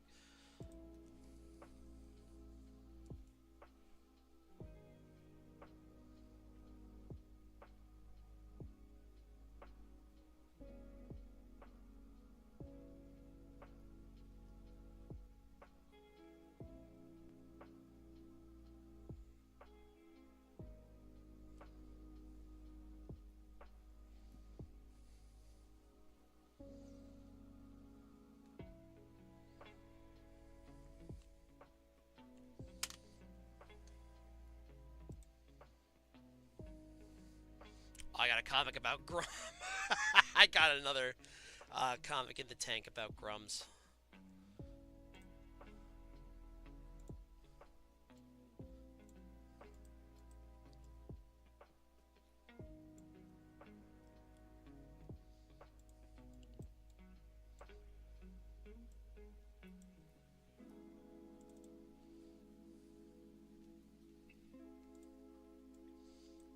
Now, do I actually... No, that's got to be a little smaller. This has got to be squinched a little. Oh, boy. Oh, God. No, no, no, no, no, no, no, no, no, no, no, no, no, no, no, no, no, no, no, no. Oh, that's pencils. Nope, that is panel 1. Yeah, it is. You know what? Oh, I'm just gonna get you right on up to the inks. It might as well just be the full. Might as well just be the full Monty. There it is. Here's the panel.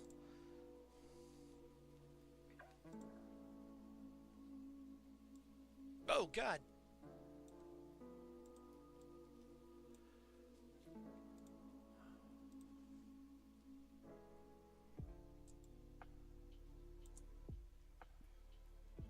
So I've been trying to, I'm dipping my toes into video game modding. I tried my hand at downloading a mod for Pizza Tower, which, you know, I want to do maybe on the day of the game's anniversary, January, I'll try and do a speed run. I'm practicing right now. I downloaded the round 2 mod so I could play as my favorite character in Pizza Tower, Pepperman. Phil Pepperman, he's a bad he's a bad self-aggrandizing artist, you know. My guy. What a lovable character. He's just like me for real.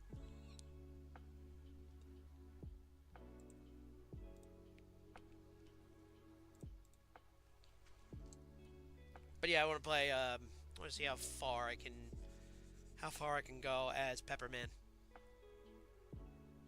Hopefully, very far. Love that guy. Love the Pepperman.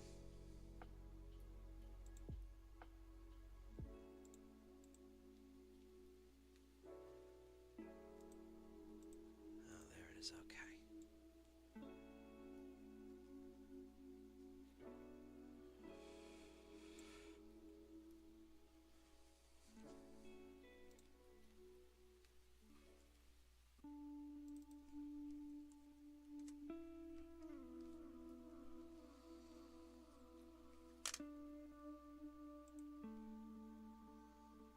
I wish I could actually play like music on here, not like get not get nuked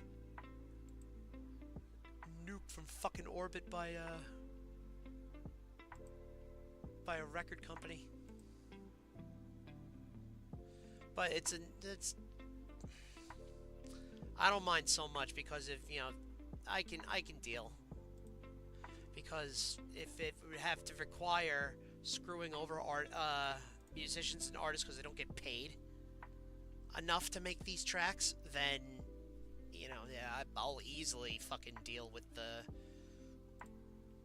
copyright free.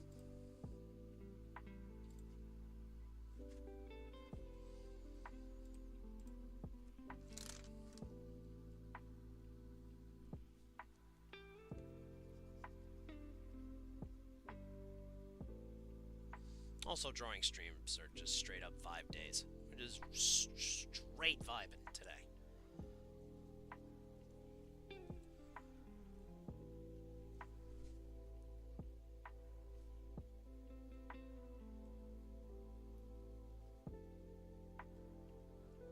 I had seen I saw a skeet. Fucking hate. I hate that. I hate it. I hate it. I saw this post on Blue Sky.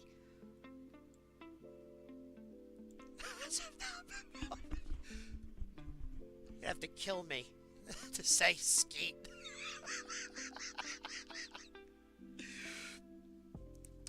There was a post that said,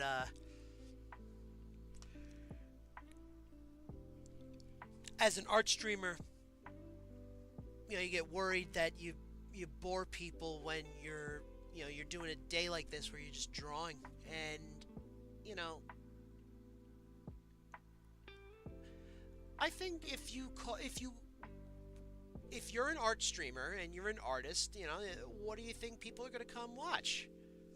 They're going to want to see the process, see it coming together, and then occasionally tell a joke or two, or say, hey, watch this crazy video. And I think that, you know, sometimes I think just maybe being part of being a good streamer is just being a good hang. You know, I just like to hang out with more people. It'll happen.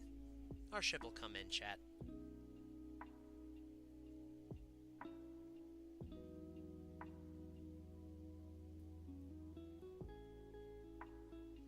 I think I'm just gonna do the the original series one with just a big nipple.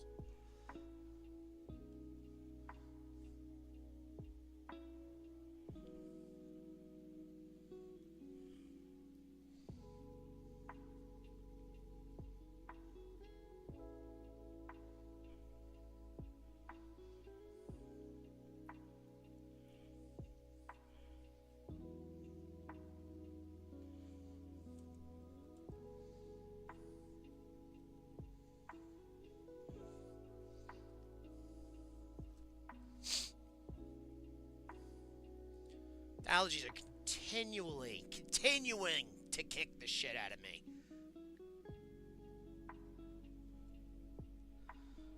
Stuffy nose, post-nasal drip. Mess. Total mess. No way to live, I say. How dare plants die?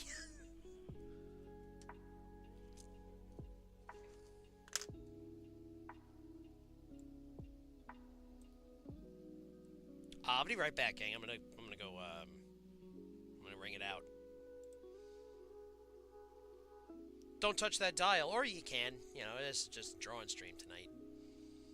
I would recommend you not touch that dial. You can hear you can continue to hear the funny man that sounds like David Spade with a broken nose, while he's scribbling away on a comic that has a 50-50 chance of it being funny. Gonna take a piss. Be right back.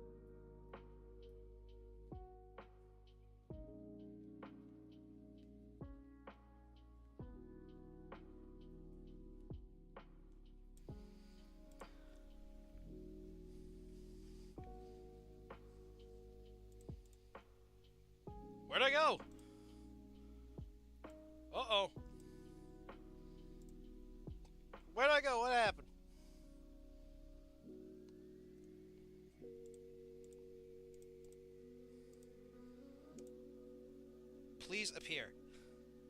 Appear now. Appear now. Oh boy. Hey, let me just hold on. Let me go wake myself up. I have to reset my body. My body is indeed not ready. Hey, Chainsaw, my dude. VIP has logged the fuck in. Oh boy, oh boy. Oh man, I did? Shit. I shared the wrong VOD. Yeah, listen, everybody makes fun of me for my small size. Once I figure out how to post correct links, it's over for you motherfuckers.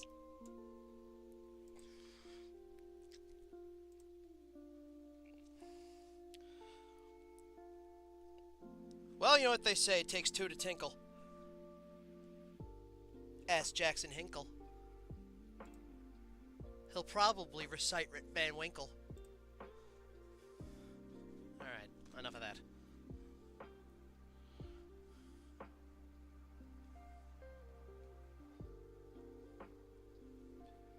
Man, let me tell you, getting up to... nothing like getting up and taking a piss. I wish I was being, you know, I wish I was just being lewd, but if you are trying to draw, like, if I'm looking at something that requires me looking at something for a long time, like, getting up and going to take a piss and come back, it gives you a fresh set of eyes on what you're doing. It's that 2 or 3 minutes you give to yourself. So I think the root of the anxiety I get sometimes when I'm drawing is because, you know, I'm anticipating something that didn't happen yet. And it's weird to say, because, like,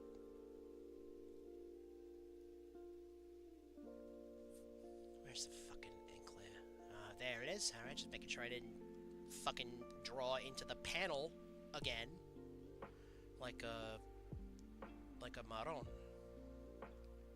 Like a bona fide boob.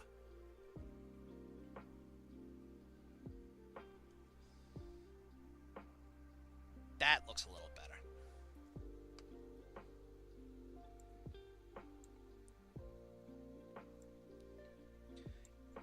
It do be like that sometimes. Viewers were wondering why they couldn't see the VOD on my website. I imagine you have a .cc. I'm just doing straight up restream. Just press the restream button and hope to God, and hope to God it works.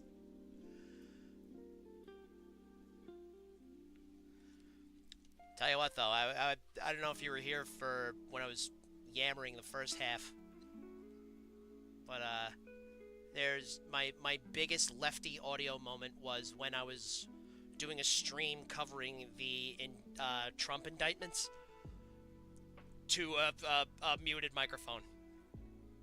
Yeah, so it's just me yammering into the void for 2 hours.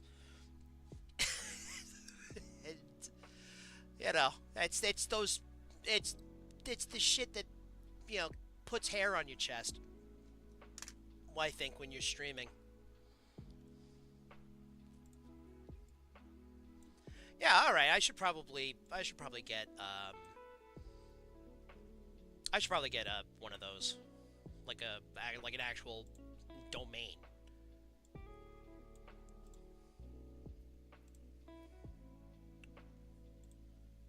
Help me a little bit. Let's see. Ooh, if we do this, okay, better idea. Let's do a quick line. Let's get the broken micron out.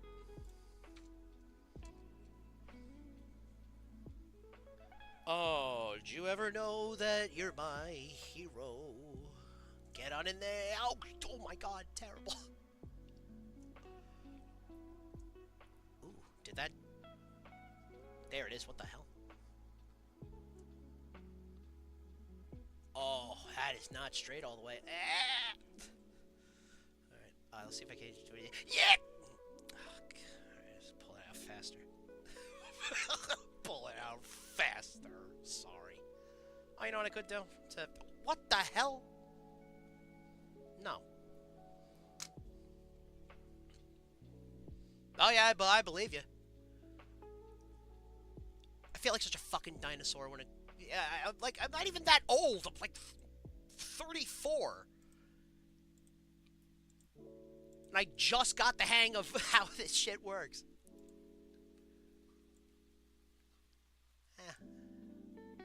It's all good. Life's great. If anybody out there also is listening who's a small channel, like me, and if you're vocal, I'll say, you're going to get a lot of people that are going to mock you for your small follower size. I say, let them. Because you, I think, can only get bigger, right? If anything, the philosophy is that there's nowhere to go but up. And if all you got in an argument is the size of your audience, even if I were a much larger channel, that would, if for a larger channel, that would be considered could be considered an L. So I don't particularly give a shit how many followers I have compared to a guy that's giving me a hard time.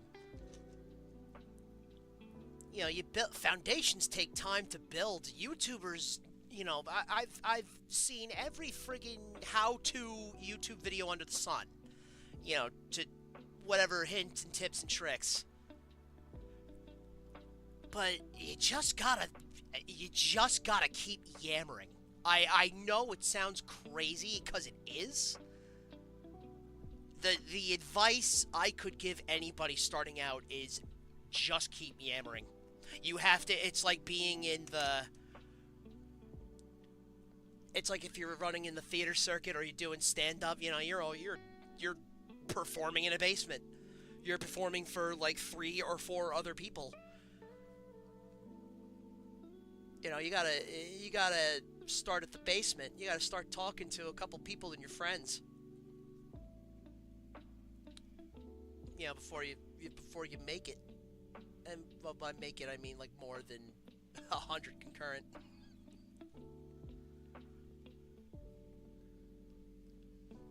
Yeah, you know, especially...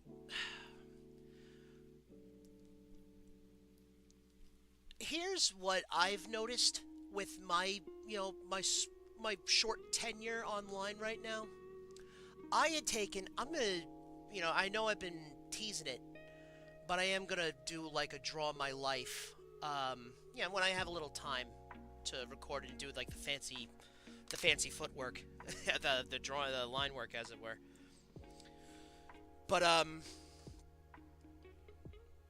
it was a big mental health and physical health break. I had a fucking health scare. My blood pressure was like pushing 210 over 195. If you put a needle to me, I was gonna fucking pop. Also, the SADS just hit me real fucking hard last year. Holy cannoli. The SADS hit me so fucking hard. Seasonal affective depression syndrome, or whatever the hell it is for those keeping score at home. Especially New York winters, they are harsh and dry. And if they're not dry, you are in slush. And especially if you're on the South Shore, like me, South Shore, Long Island, right on Jamaica Bay, you get both. You get arid winds and the fucking awful, and the bitter cold.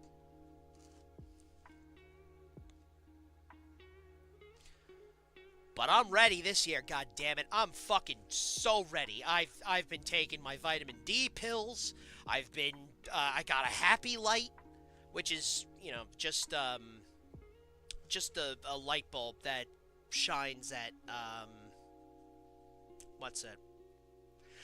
That shines at like 5,000 Kelvin, which is or rather 6,000 degrees Kelvin, which is daylight. So like a sun simulator. So that's gonna bleed out into like the edges of the panel here. So that'll be fine. Let's do this real fast so we don't get lost.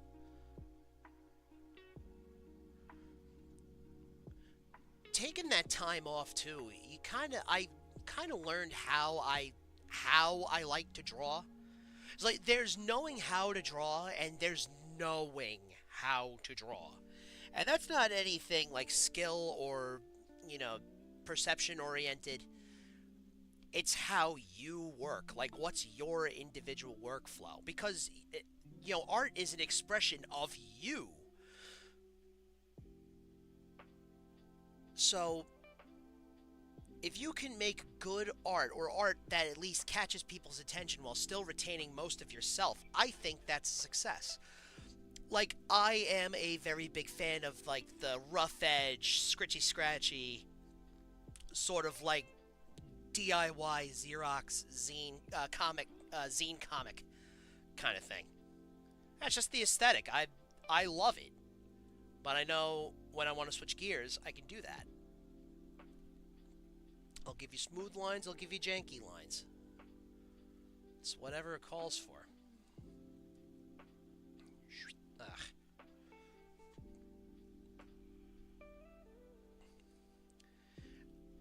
So going back, actually, I've lost my train of thought again. Going back to the follower count shit.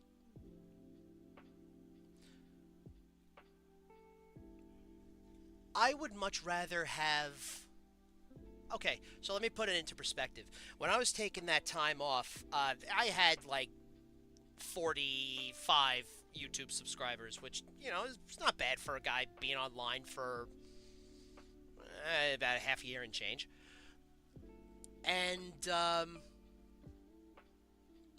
when I took the break, which started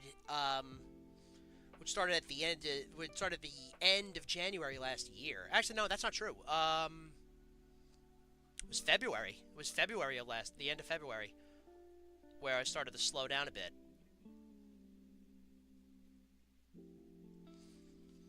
And even on the Instagram and all the other socials, Twitter, I tried to stay active because, if you're not online, you disappear in people's minds.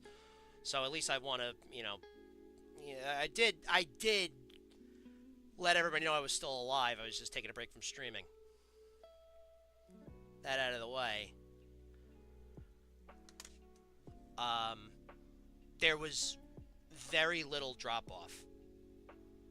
I still have all the followers and all the people that I had before I took my break. Like, there's been no drop-off, and we've only been climbing up ever since.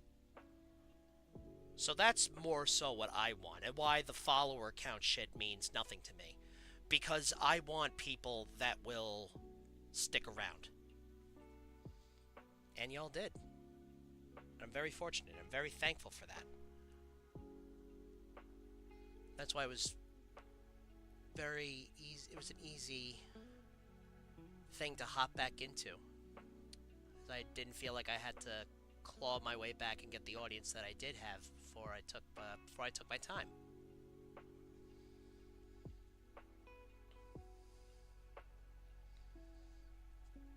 So for those of you watching that have hung out from the jump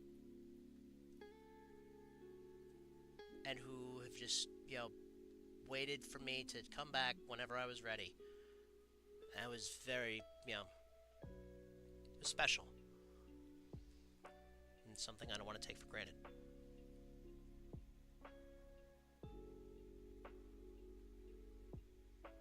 That's why if I ever do like the fucking Anna Kasparian thing, just take me out back. Just take me out back. Get rid of me.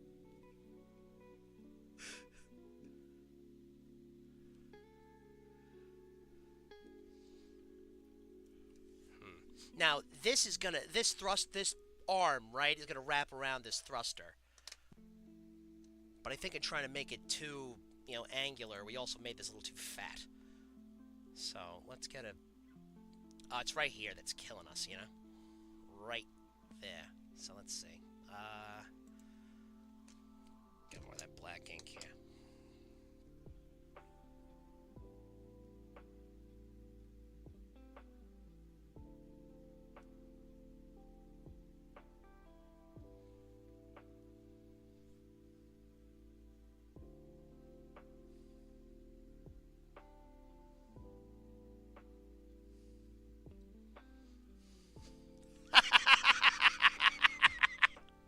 Hang on. That's awesome. Not gonna lie, I don't even know where you came from. I just started noticing you the last time I got hardcore canceled. Yeah, exactly. That's what I'm saying. Just keep yammering. Just keep yammering. Someone's gonna notice. Yeah, no, more or less. I'm a, I'm a streamer of myth. I come and go when I please. It's the one air of mystery I'd like to keep about me. If I, as much of a online profile as I get, I'll still have that air of mystery.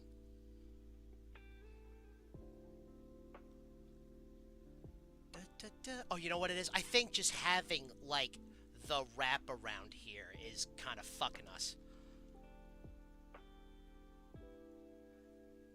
So that should be, like, especially if it's the thruster from the original series, right? It's all gonna be, like... Also, I think that curve here might be a little too harsh.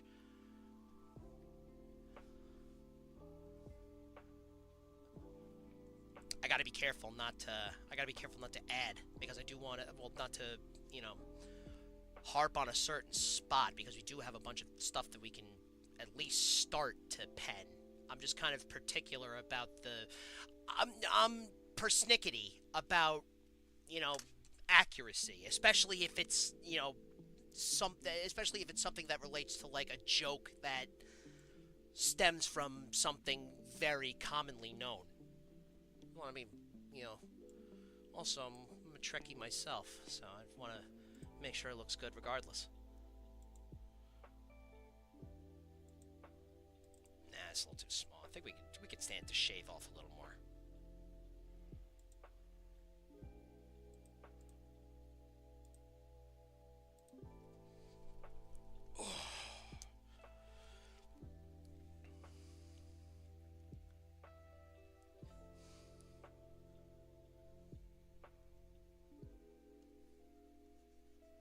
You know, and Chainsaw, yeah,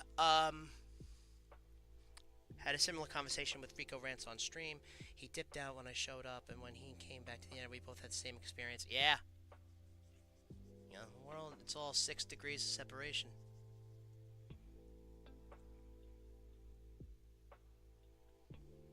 But we should do, you know, especially in this, yeah.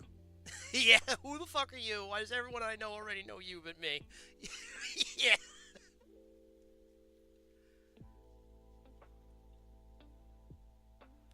There we go. Now I feel a little less anxious about the thruster there. So let's fill, yeah, hold on, let me put a layer underneath this.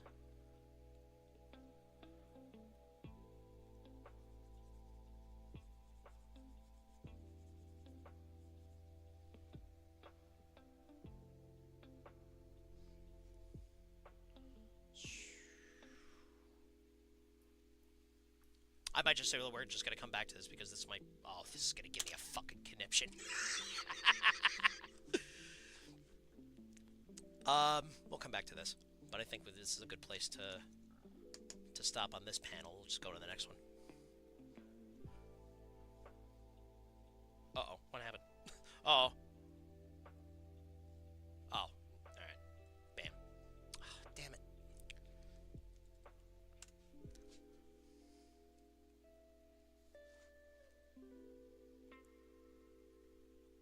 I saw you were on Demon Mama stream, but I do not recall seeing you at all here in chat.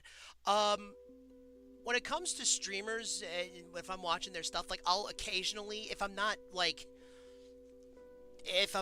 neck deep in something, I'll pop into chat. I'm sparsely in chats. Oh, most definitely, probably. Which I'm still very grateful for that signal night. That was truly one of the most serendipitous things that had happened to me. Because I literally had, like, maybe the second day I had a Twitter. I asked her about the signal night. I'm like, oh shit, can I hop on real quick? And I only had like 3 comics already, or 2 comics done, 1 on the way, and like by the time she held her signal night, I was literally online for like a month, or rather since April, so that was 3 months. So and she's been very nice and very she gives a lot to her community, and that's why I respect her and I like her a lot.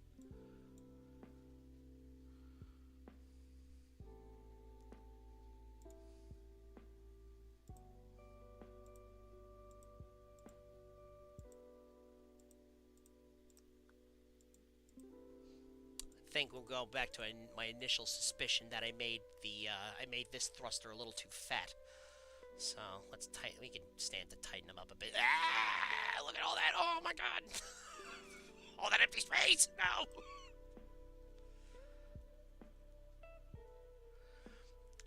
I figured like my deal in the, online. I literally just wanted to make the funny squiggly lines tell jokes, and because it was it's a satire comic. That follows, agreed. Her and Merrick are the moms that the left deserves. Absolutely. 100%.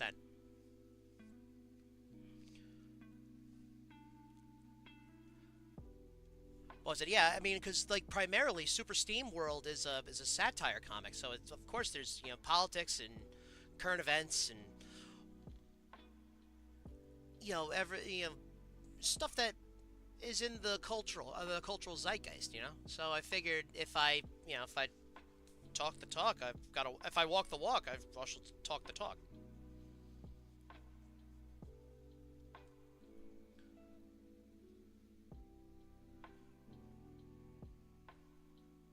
It's kind of funny getting into Twitter arguments, because I did pay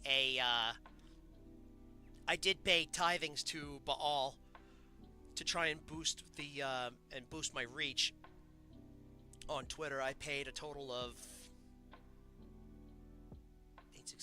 $16. I had a premium for 2 months, and then I found out that even if you still have premium, if you're not down to suck a billionaire's taint, you're gonna you're still gonna be throttled. So it's Twitter had become a real damned if you do, damned if you don't kind of thing. And now with that Blue Sky's been popping off, I'm just as soon as the fucking once there's like group chats on Blue Sky, I am out like Shout. But at the same time, I do have the fucking Space Invader bit that I want to do a little more of. But even then, the landscape has changed so much since I started that bit. It just like, I don't know. I really don't know how much gold is left in that vein. Considering that eventually, if I do enough of them, then eventually the jig is up.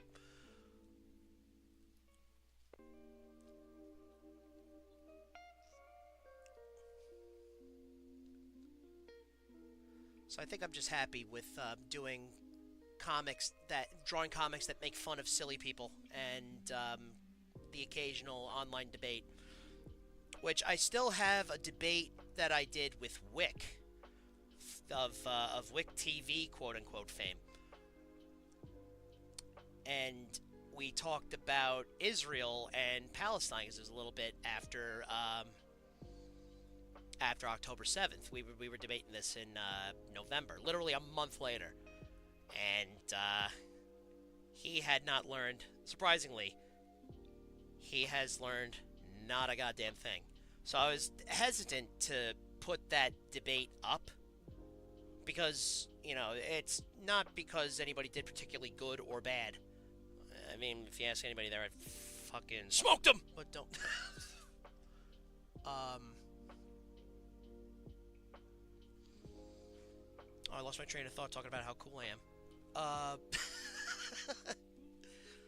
Yeah, so my biggest thing was just like, it's just not relevant. It's not, we already know what's happening. You know, I'm not really, if I added this debate a year after I did it, I really wouldn't be adding anything new to the discourse other than, you know, Bibby saw this coming a mile away and used Hamas as patsies. But Wick doesn't want to hear it.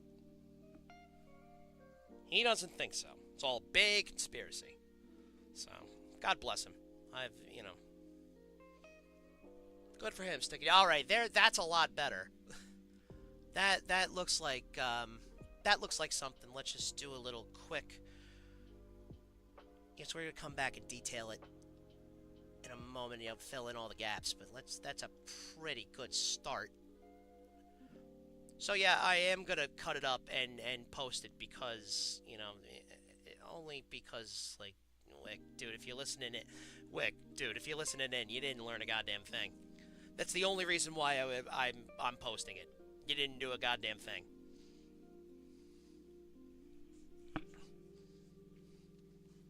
And if on the ungodly chance, Brianna Wu, you are watching this, I hate your guts, quite frankly. I think in this critical juncture, you have found yourself trying to appeal to a middle that does not exist. I want to say I don't think you're this stupid, but you know, current evidence has convinced me otherwise. What do you think happened to the Democrats when they tried to appeal to the middle? Are you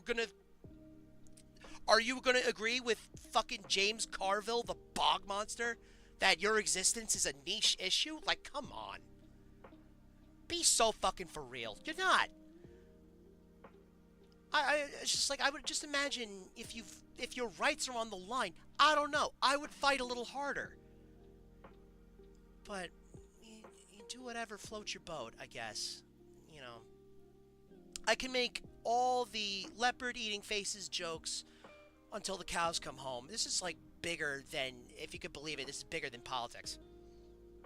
And God forbid, Brianna, if you're listening to this, your lack of self-confidence is going to get people killed. Straight up. You gotta shape up, girl.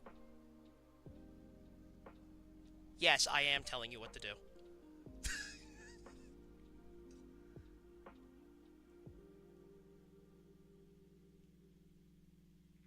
It's like, what message does that send to people whose lives are in danger? Shut up and take it? I don't understand why in this juncture, at this juncture, you, on Blue Sky, you can find the Blue Sky, you can find the post yourself because I'm blocked. Because, you know, Blue Sky actually takes blocks seriously. But where's the fucking, there it is.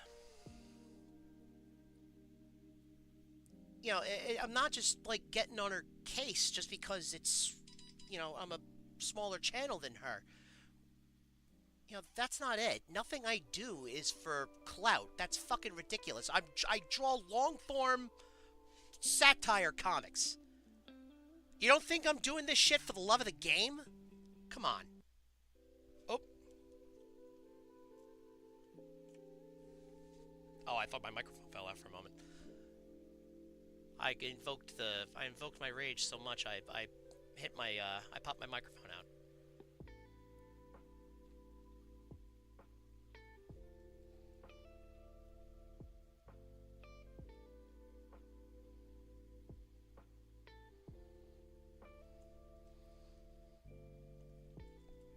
Like, I don't understand why at this point in time you would come with, you would have a tweet like, I deeply regret coming out as trans. Like, what the fuck?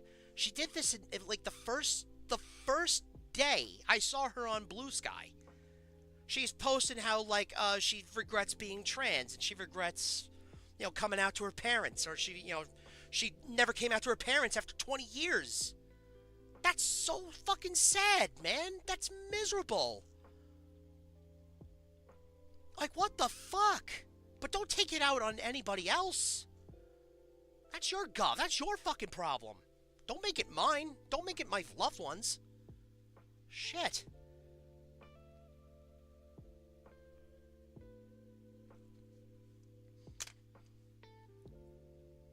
Because, like, at that point, you're just telling me you're fighting for yourself. And, that's not the advocate I think people need right now.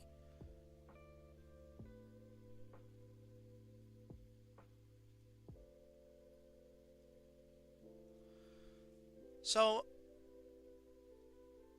I'll draw a comic about her. So I think it's funny. And then that's it.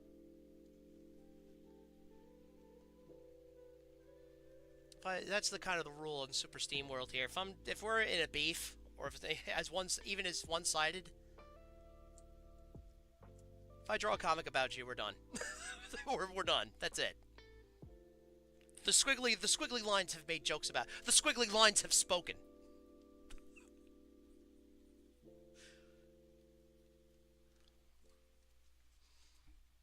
But if she's willing to talk it out with nobody like me, that'd be nice.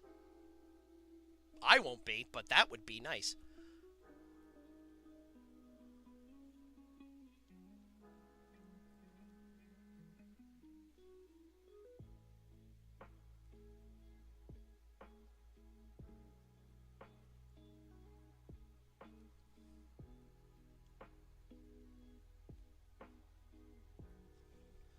What do you think fucking Marsha P. Johnson did for, her right to exist? Did she, try to go tit for tat and be, the intellectual equal with fucking Nazis? No! She threw a fucking brick into a bar. She let her voice be heard, and she fucking said with a full fucking throat, I'm here, and I'm gonna fucking exist. Fuck you, I'm gonna live. P, for Marsha, the P stood for pay it no mind, but for you, Brianna, it means pay no attention. Oh. See? That's the jokes. Those are the jokes.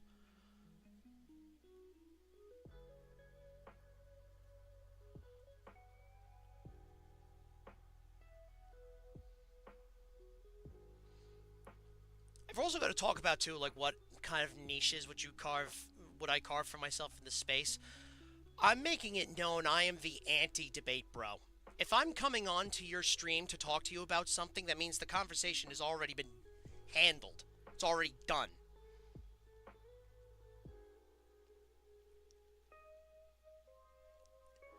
And there's a reason why I call people like that stupid.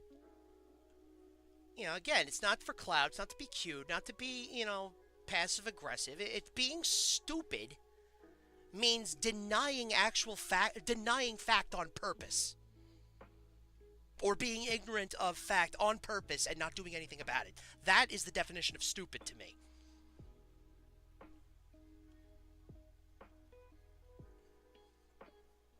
Alright, I can't look at the fucking Enterprise anymore. It's gonna drive me fucking bonkers. Let's move on. Oh, well, obviously we're going to come back to this, but I think we did enough as we could before we go insane.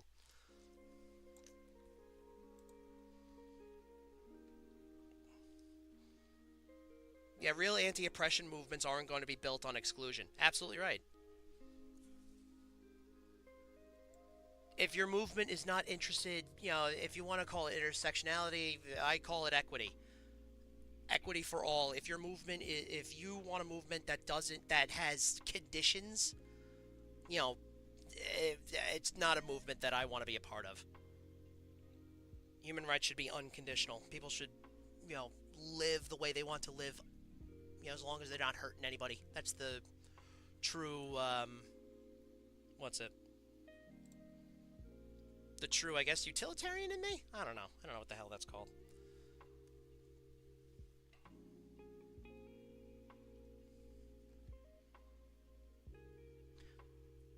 I also just think the way she talks about non-binary people is so fucking gross. It's not even that, like, again, it's not what she says that's terrible. It's that I know she's full of shit up to her eyeballs. You're telling me that, you know, at Progressive Victory, you had this, like, Mean Girls Club where you talked about, like, non-binary people in a derogatory fashion? Like, what the fuck?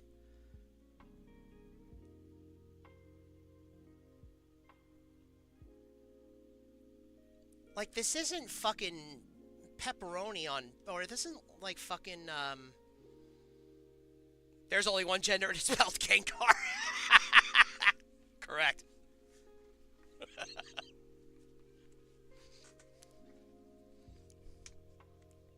Wild gender jump out. Go away.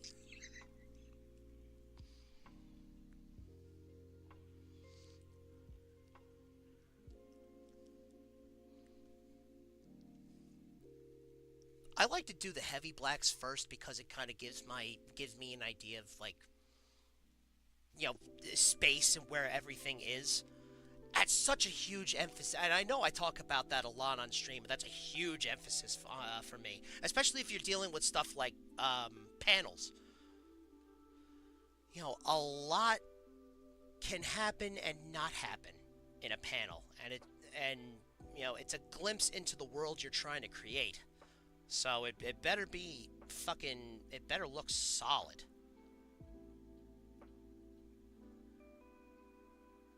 I say as I draw, like, pudgy-cheeked Batmen that on a spaceship.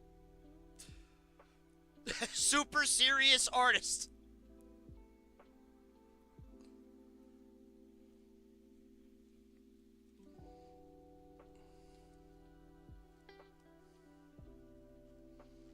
Next stream I'm doing, though, is a video game stream. I want to...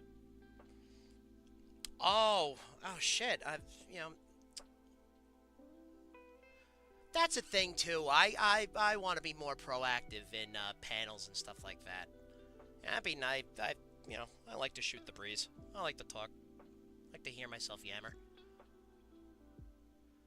But yeah, I think doing more panels would be great. Yeah, I could have, you know... I think I was, you know what, I was working the next day. I saw, actually, that you were doing the panel. I had to be in fucking Manhattan by 5 a.m., so I had to, like, sleep. Hey, good for Kelly. Welcome aboard.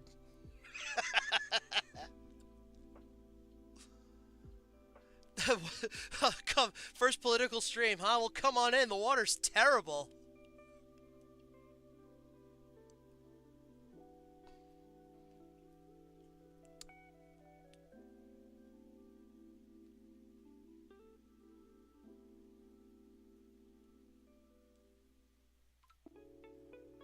As much as I also want to make fun of Brianna Wu's husband for being a total dork, I can't knock on the guy. I fucking love Legos. I'm sure he's a fine fella. Well, hopefully he's a nice enough gentleman.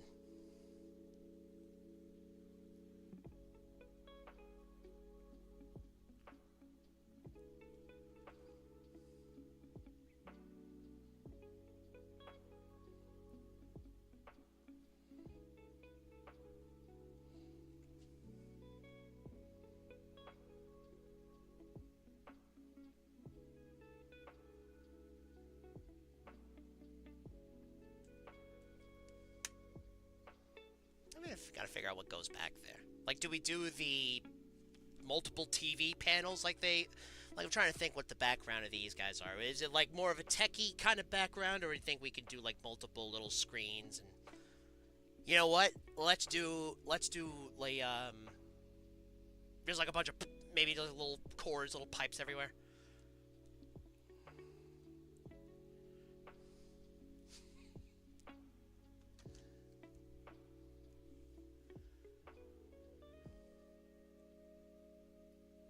And I'll have a lot of the little squiggly on the top of the seats there, but that's all right. We'll clean those up.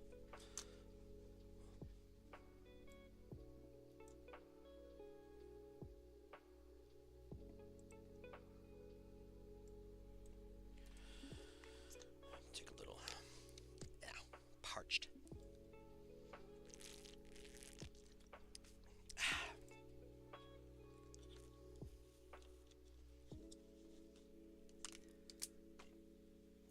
Imagine being the average Twitter user right now. What an absolutely abysmal place. And again, it's not what they're saying that bothers me. It's just everything around it. Okay, the scary brown people are gone. Good luck paying $30 for a loaf of bread. Oh, that'll never happen. Dude, okay, forget the fact that, you want to pay farm workers a decent wage. We should have been doing that anyway. But I digress. There's the shipping costs. It's products that you have to, if you're manufacturing something other than food. It's the materials that have to get shipped. It's the transportation and safety measures people check that are, that we don't particularly care about. But, it has to... it has to pass through customs and state. It touches a lot of hands. It's not like you just go down to the fucking. Well, it is like just going down to the store, but if you think that corporations aren't gonna have you foot the bill. I've got some fucking oceanfront property in Montana to sell you.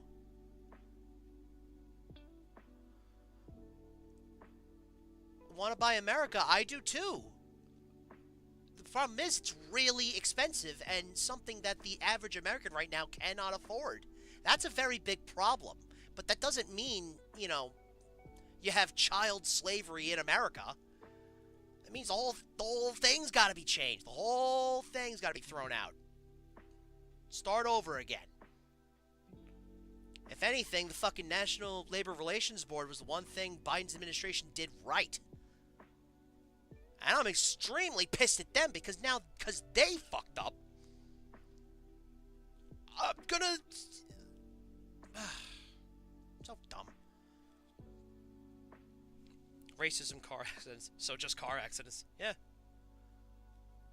Just car accidents.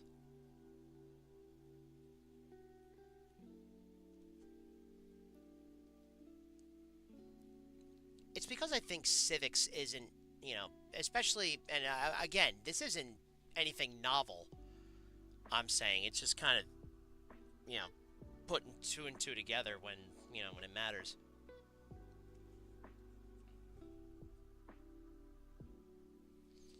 But of course it was good TV for CNN. Of course it was. Because they knew people didn't care about the actual policies. They cared about the horse race. They cared about the vibes. They always did.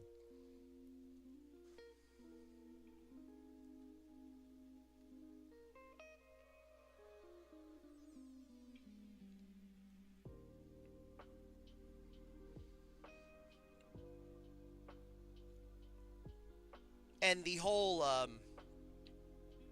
fuck around and find out, mentality that a lot of liberals are doing. They're just, eating this up. And it was, funny for a day. It was funny and cathartic for maybe 24 hours until you realize that, you're making fun of these people, but you're also going to be in the same boat. You also are going to get screwed. Unless there's something you're not telling me, in which case you can afford to spend $30 for a head of lettuce. Ben Shapiro, Matt Walsh. Oh man, I was saying this earlier. Very funny that their audiences are starting to turn on them. But they're so close. They're so close to realizing that it's, they don't care about you. and they're actively getting to distract you. They're actively out to distract you so they can take your Social Security money. Like, what else could it possibly be?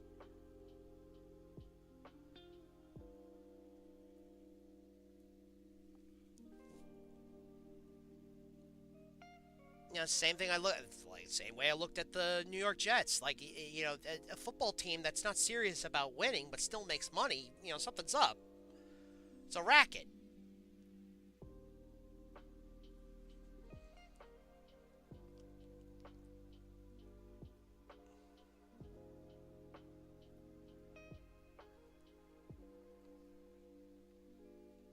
The one minor thing I will give the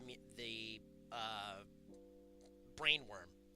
The one thing I will give the brainworm is that American snacks, 9 times out of 10, American snacks aren't made to satiate you. They're made to get you to buy more of it. But I don't trust him to solve the problem. That's the thing, you know, people get very easily impressed with the very basic answer. It's just when it comes to the follow-through, you know, that's when the hopes and prayers come back. You just gotta pray that he does the right thing. You just gotta hope. Click your heels 3 times and spin around and say, there's nothing like good policy. And maybe, Brainworm won't lose his mind. It's like, how do people live like that?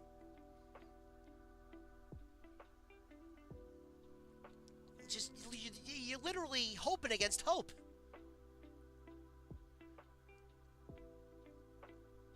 Like, you don't...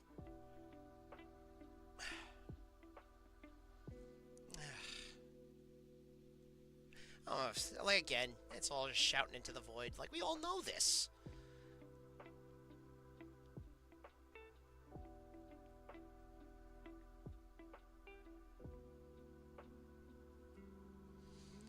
And it's important for us to reach out to people that don't know, but I can understand the frustration among people that are just like, it's not my job to teach you, which, yeah, it's half true, but at the same time, if we gotta look out for each other, you know, part of it is filling each other in. You know,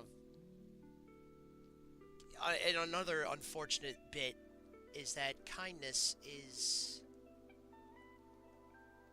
seen as weakness and is taken advantage of very easily. At least that's the attitude. I don't believe that. I think seeing the good in people is always important. It's only, you know, how quick are you on the take to know that they're actually out to fuck you. That, I think, is important.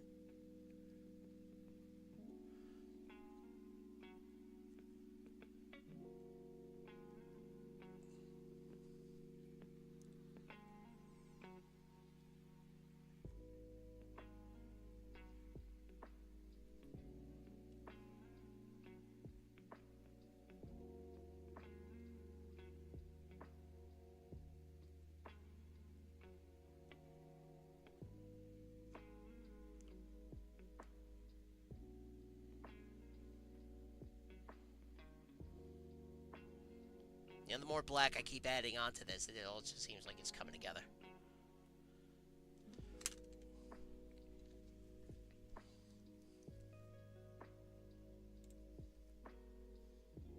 I'm going to cheat a little bit. Just a little bit. Just a little cheating as a treat.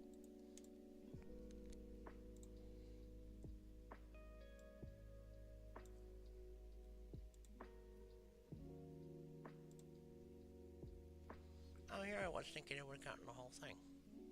That's alright, it's alright, we'll just whittle away.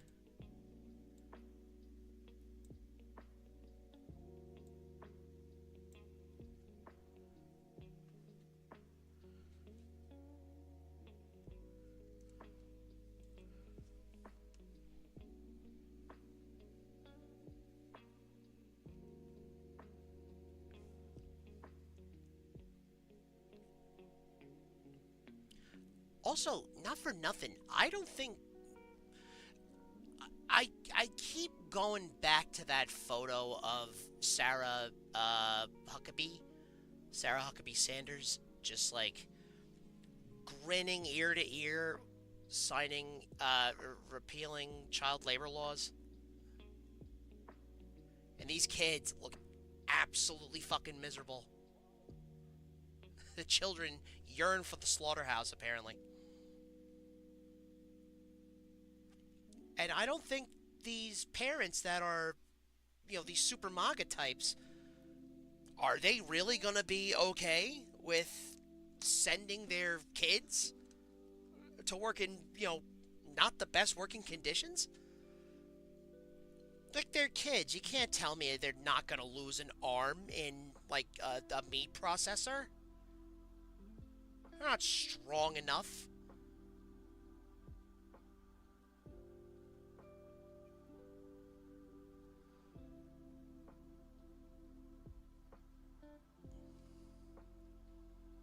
It's important don't to just let kids be kids.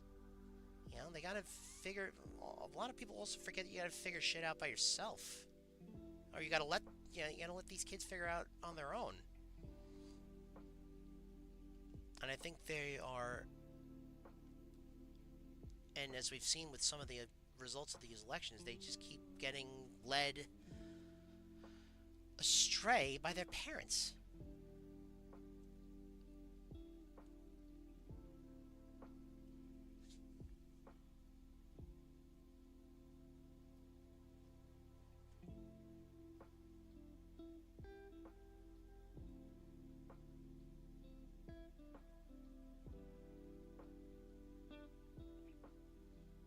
There we go. I was kind of worried how that nose would come out here.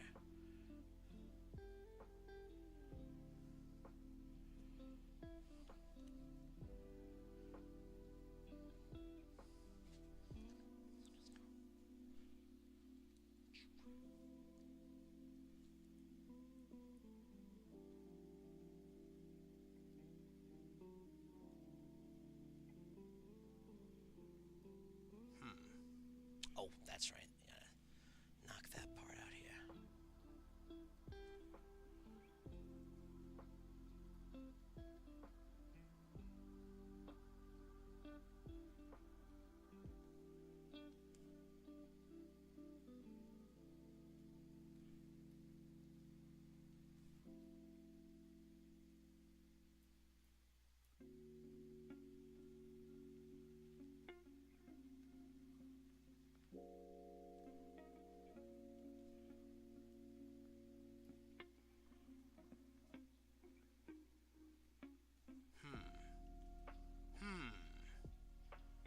I say, with this nose here, we could make something like this. Oh, no, that line's too thick. Bam, right there. Looks great.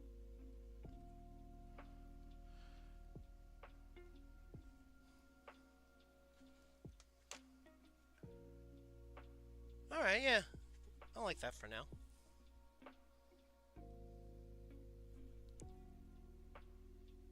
Not for nothing, I would be happy to pay $10 for a loaf of bread if I had $10. But that would require a lot.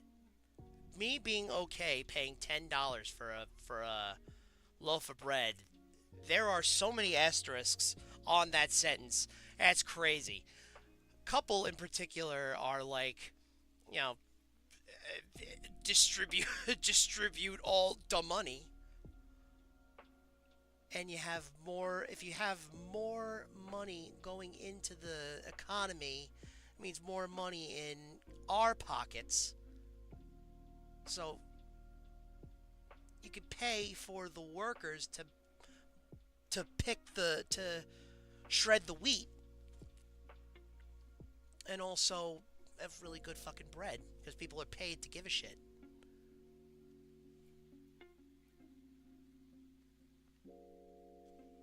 It's like, you want to buy American and all that. Like, the whole argument about the tariffs is buying American. And, First of all, this was tried in the 30s and it didn't work. And now it's just like, this is where trusting corporations over the government. Hey, you said you were on Restream, but you didn't delete your Twitch. Where else are you streaming? Chainsaw, I want you to take a wild guess as to where else I'm streaming. Go ahead. Take a wild and crazy guess. I might I'm going to reinstate my Twitter, my Twitch, I think. Because I got upset when their things on politics started to change. But honestly, I'm ready to throw caution in the wind. I got banned on Twitter so many fucking times. It's like at this point.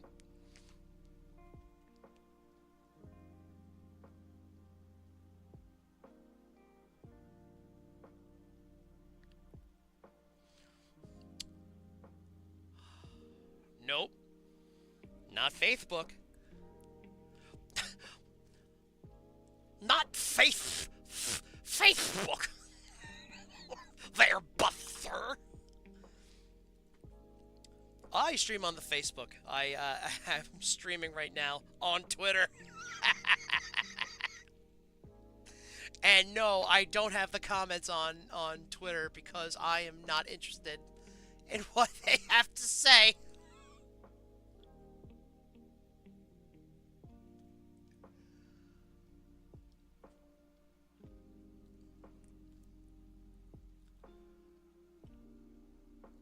Really, I figured I'm the one Christian in the Lion's Den. Yeah, YouTube is the same. YouTube's the main.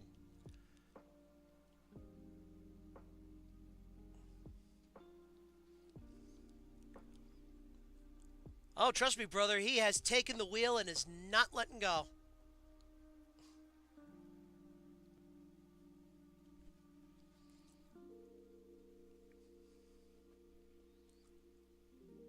Should he also have the butt?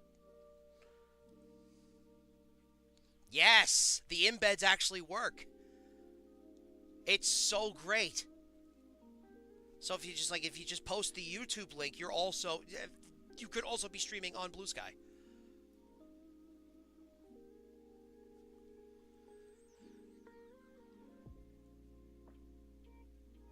Good for Blue Sky, by the way. I'm glad they're finally getting some love. Competition is good. You have a lot of people with big media platforms conveniently forgetting that.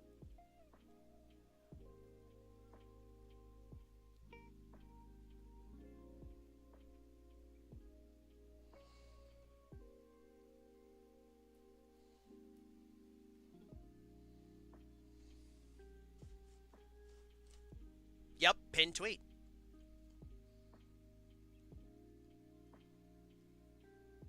That is the...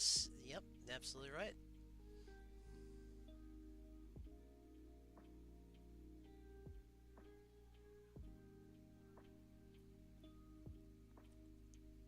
I feel like no way in hell can I have the Twitter chat on this thing. Absolutely not. That is like the one way I get fucking... That's the one way I feel like my Twitter would get nuked from orbit, is if I have just the worst people alive crashing the chat.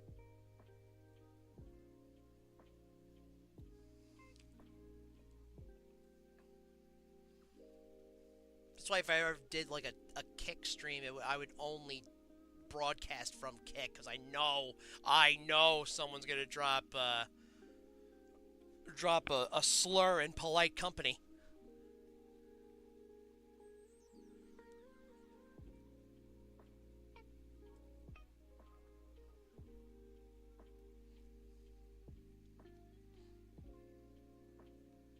I can't help also but thinking that most followers on Kick are like, they have to be like gambling bots or something.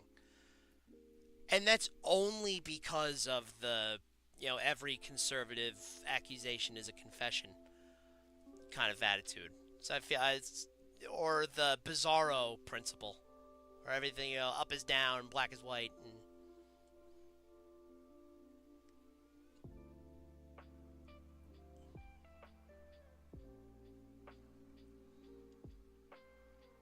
there we go. Now he has the Rayman fop for his hair.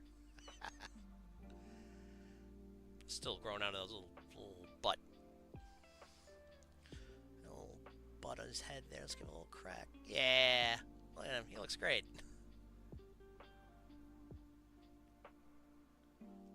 The Gene Roddenberry inspired butt crack alien. Thank you, Gene Roddenberry.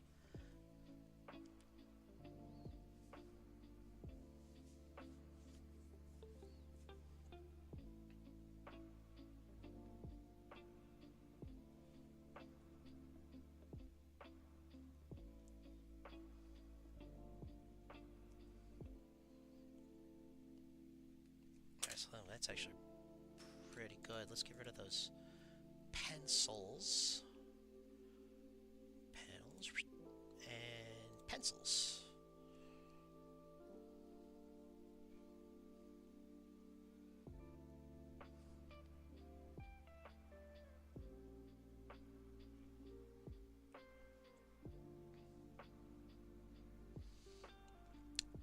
Oh, okay. Now that it's on the brain, are you ready for a fun conspiracy theory? we have fun here on Super Steam World. We also engage in fun conspiracy theories. I think Haley Welch has been a crypto plant from the jump. I think the people behind her meme coin were just to, this was all like a grand scheme to ultimately get her to make a meme coin. And, whether willingly or not, I don't think she was none the wiser. At best, she was none the wiser and she got flim-flammed. At worst, this was possibly the most egregious act of psychological warfare by a crypto scam I've ever seen. It would be like, if that were true, Spitcoin. Oh man, she missed out. She missed it on calling it Spitcoin. Oh, you could. That's the thing. You could have Hawk X be the name of the token on the stock market, and the actual name of it be Spitcoin. What the fuck? I hate crypto when I was able to make a better hand. We were able to make a better handle than that. That's fucking... The chainsaw, why don't we fucking... This shit's for the birds. Why don't we just, chainsaw a couple rainforests worth of, data? We'll just hook a bunch of computers together and just farm Bitcoin forever. Foolproof. Never failed once. But anyway, yeah, if it is true that Haley Welch is, her whole identity was manufactured in order to sell this Bitcoin, this would be like the, this would be, like, what the hell is it? The COINTELPRO, or the, like, Polybius of marketing. It would truly be the most insane shit, but we're in the bread and circuses era of the American Empire, so anything's possible, I guess.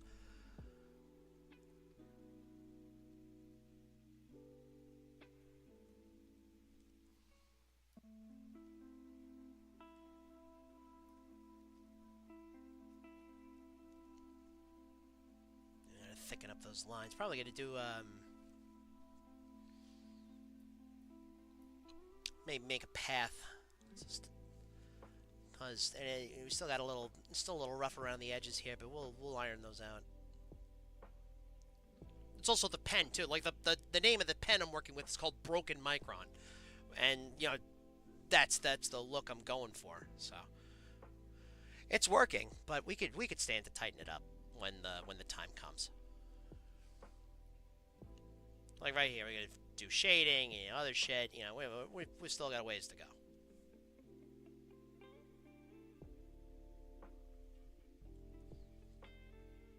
Not for nothing, I watched an interview with Junji Ito, and he's doing the same thing. Just like, just sitting there drawing, just meticulously, just doing like one little detail and all that shit. And he was talking about horror tropes and the things that he draws in his horror manga. Initially, he thought would be very silly. Like, I forget which one. I think it was one of his short stories where, like, a woman rips her, like, she tears her skin off from the top of her head all the way down to her crotch. And it's a really graphic image. But Junji Ito just says, like, no, that can't happen in real life. That'd be crazy. That would look so silly. I burst out laughing. Because it's true. That would initially it would be horrifying if someone did that in front of you, but then afterwards the only thought would be like, why would you do that? Why'd you do that? Now you're a miserable meat lady. You gotta walk around in fucking saran wrap every day.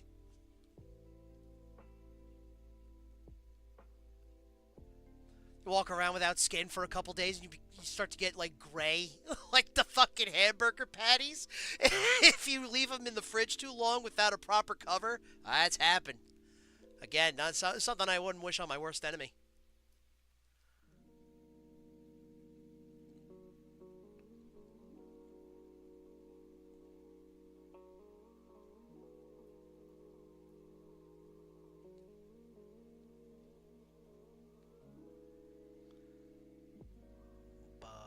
Okay, and now we extend this chair out a little bit this way.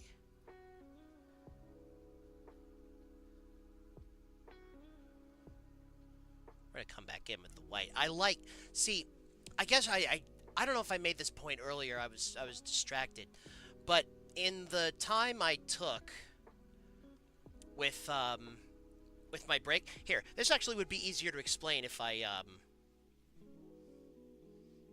drew it out.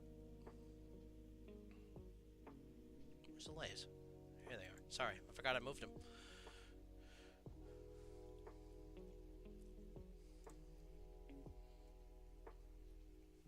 So yeah. Okay. So when trying to construct like faces, and more this is just more like from a design perspective if I'm drawing a character for the first time, because everything in Super Steam World is drawn like for the first time. Like all of these characters are new, so it's honestly a lot of fun to just like make faces and people and creatures like up on the fly. I had no idea what they were going to look like until pen went to paper. Oh brother, Jesus Christ! It's 2 a.m. Please, I mean. This is a lurk central stream. Yeah, this is a drawing stream, baby. You're in good company. We're just, chewing the fat, shooting the breeze while I draw a comic. Anyway, what I was gonna say, let me actually do it in. Oh my God! Oh, there goes the window. Oh no! Oh lordy! Oh God! Oh! Just pop back on the thing. Pop back on the... Get back on the... Thank you. Just trying to do it with my stylus and that slipped a little bit. Let's do Use Sharpie. Use Sharpie's good. Use Sharpie is another one of my favorites. So, if anybody was wondering, I use pens from True Grit and Retro Supply Company. They're more textured and grainy pens, I love them. When I'm filling in, if I'm filling in ink stuff, like the big black black panels of if I'm doing heavy black or like space or whatever, it simulates calligraphy ink really well, and it feels smooth. Like it looks as smooth as it feels. Does that make sense? It's a good fill. This is a really good fill pen. I like that a lot. But there are times too, I'll do a fill with this used Sharpie, because what I want to emulate, right, is the zero, inking pens with Sharpies and being printed on Xerox. So the kind of, this kind of harsh pen that you can layer it to if you really don't want it to be like, if you don't want that noise that's hanging out there. See what I'm talking about? Right here. There's the Sharpie. The strokes leave a lot of noise. But I'll do that like more in a practical. How I use it, I'll use it sometimes for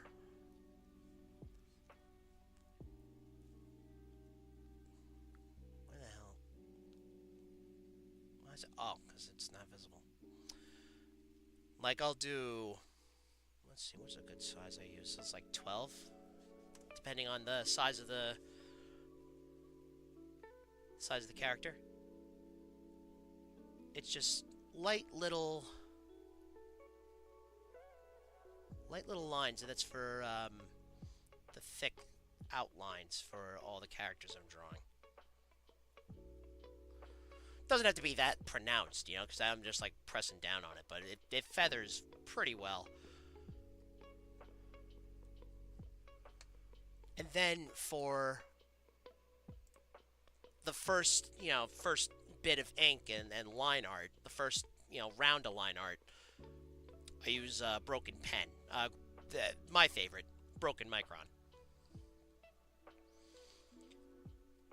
It simulates like a marker that's been around the block a few times, and it looks exactly like it. I have the smoothing up to like 30% because I'm get a little wiggly, get a little fimbly bimbly.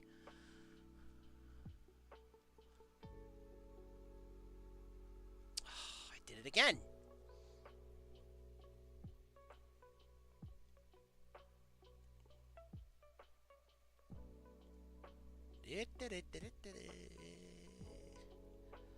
Scroll down here. Inks. Fantastic. So yeah, that's just, little demonstration of the tools that I use. The tools.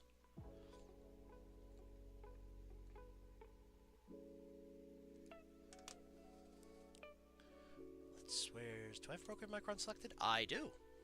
Great.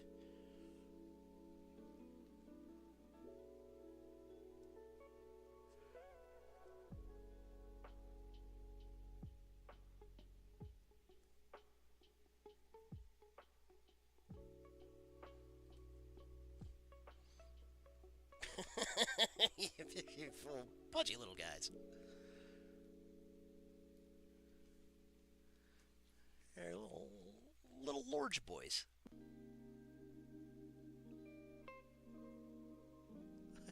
Little large fellers. Little tummy rolls here. We'll just kind of bring it up through his arm. Yeah, that's what. Because that might be a little too. Because I have it a little pronounced out here, but I think that might be a little too far. So let's do that. I think. Yeah, that's pretty good. And then some more of the seat, which will also give it that little sleek curve that we can expose later. Or rather, we can, go back and tinker with.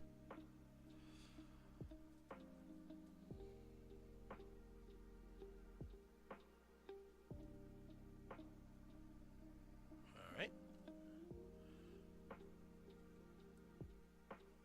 So let's extend that seat on over here.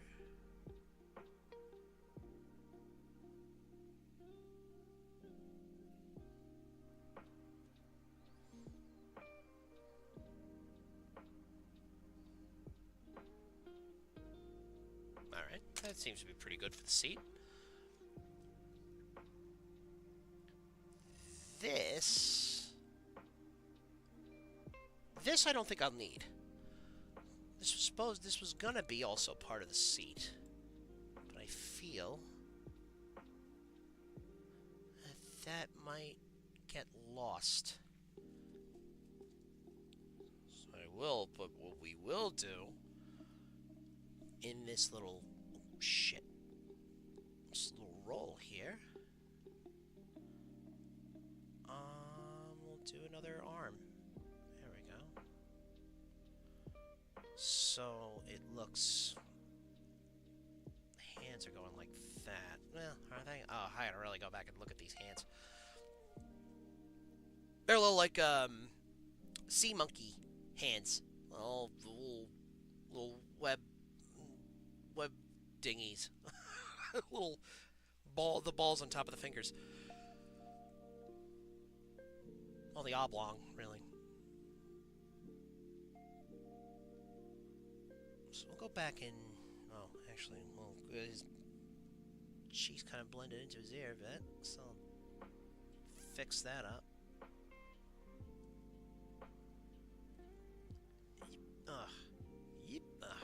Oh, maybe? No.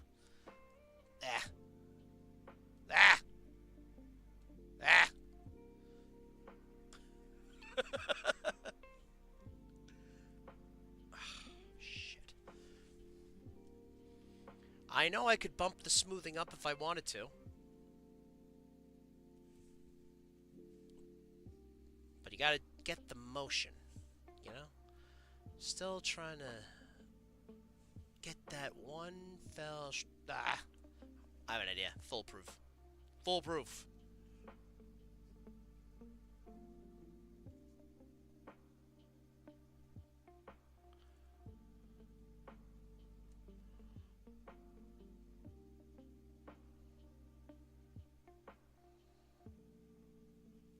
There we go.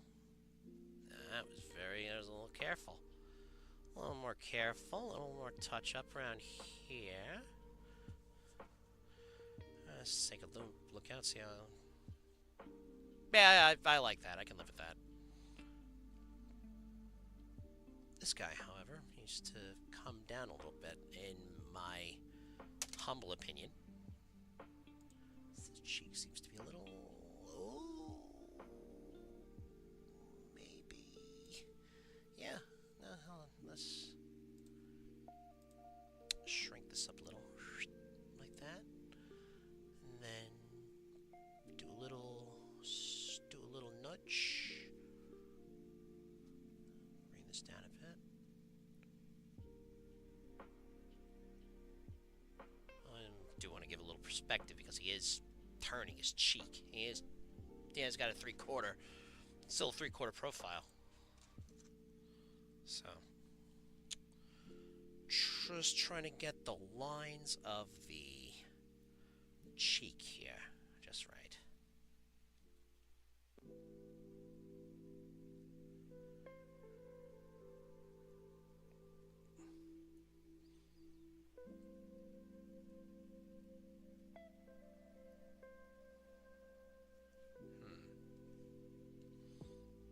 Shit, there it is. Okay.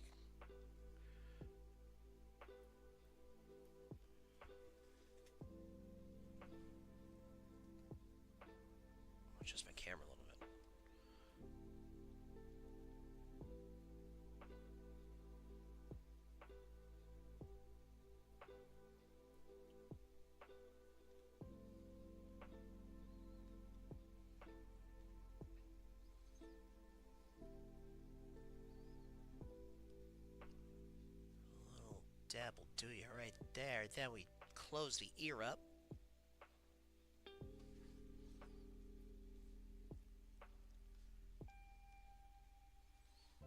Yeah, we'll tighten those up. We'll tighten that up.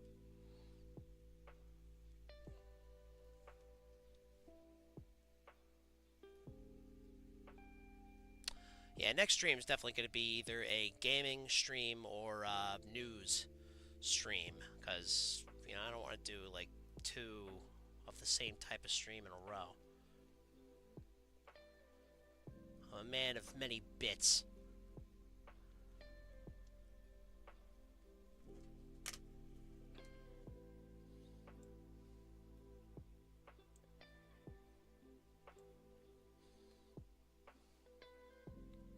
I will say that's gonna look cool when it's done. So I can see it already, and I'm appreciative of the time we've backed off from this panel, because looking at it again, you know, I can see where we'll need to touch up on, and it's got it better. Oh my god. What time is it? That's 9 o'clock. I could do another hour or so. And then that might be...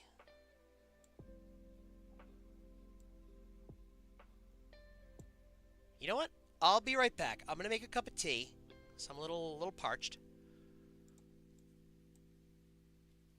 I'll be right back because I need to, you know, get up for a moment.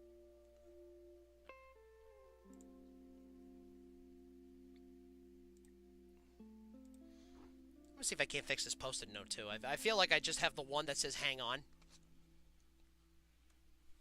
This is an old one, a long time ago when I had when I didn't have a be right back graphic.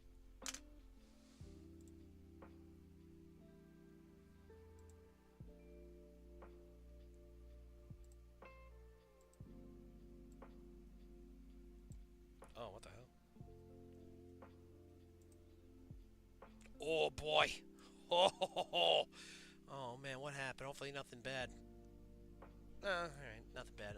I did the spot healing brush on the wrong layer. That would have been a disaster if that was, if we had that come to pass.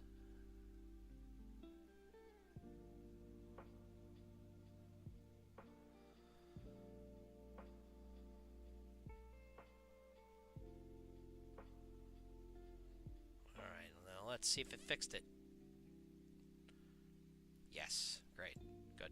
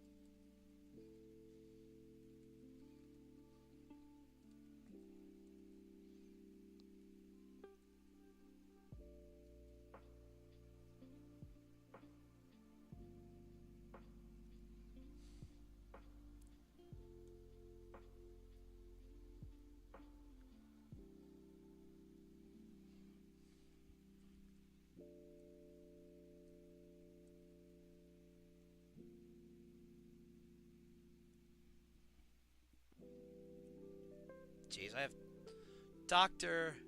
a doctor's handwriting, but I'm an artist. Fuck that up.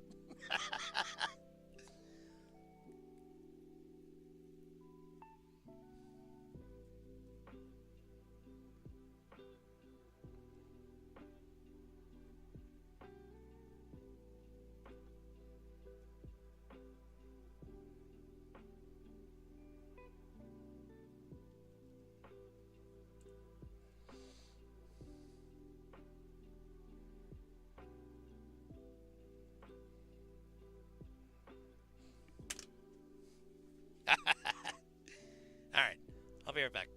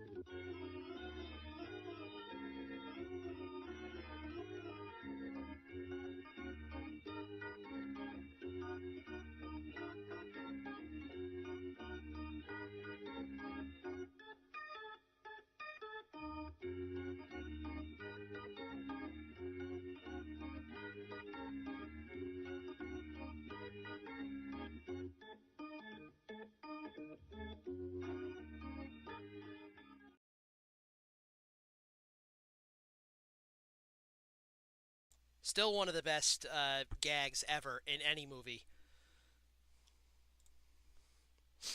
Oh, yeah. Stretch my neck. Made my disc disappear. Ah! No, I'm gone. Where did I go?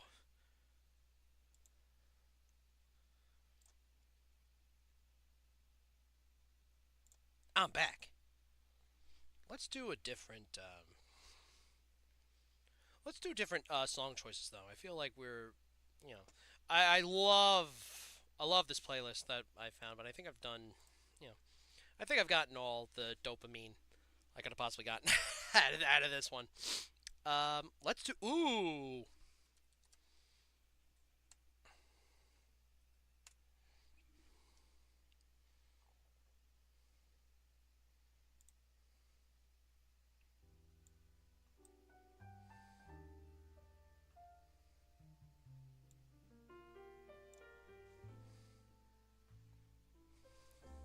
It is 9:19. Switching to the dinner menu.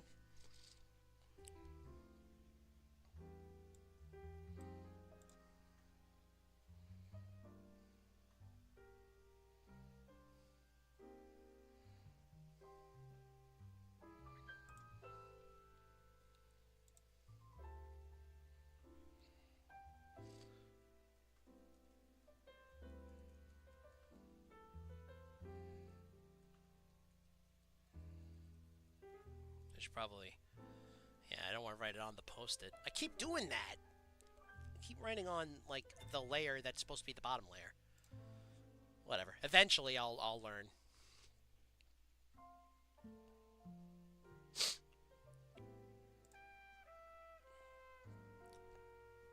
Yo, I also have one about Anna and Ben Shapiro. Yeah, go. We've got comics in the fucking tank, Familia.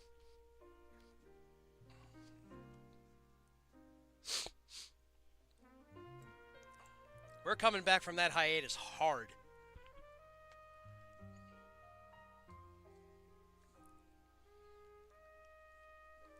I'm only doing this because I saw the one thing. I saw the one angle here that's going to drive me fucking nuts.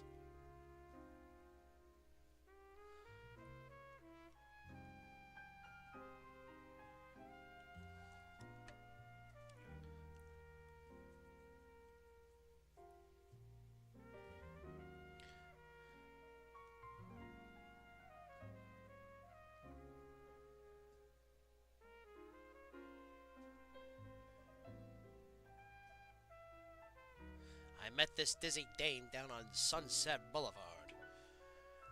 I asked her if she wanted to smash, and she said, LOL, pass.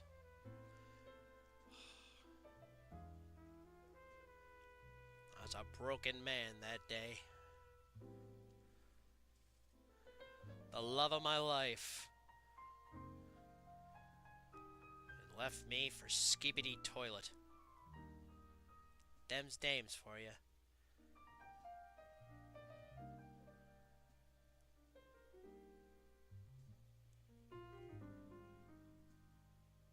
You know, maybe I'll just do it like a not wobbly brush.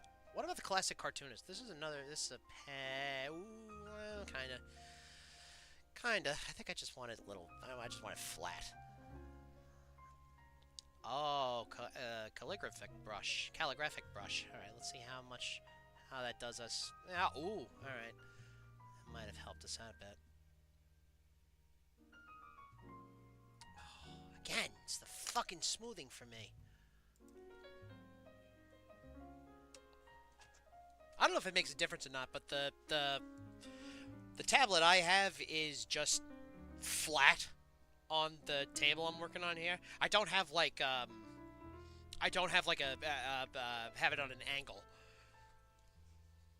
If I had my Surface, that would be a different story because I could put it on a kickstand. I got a little 6x6 Wacom that I'm working with, which is fine. It's just my arms feel a little scrunched up.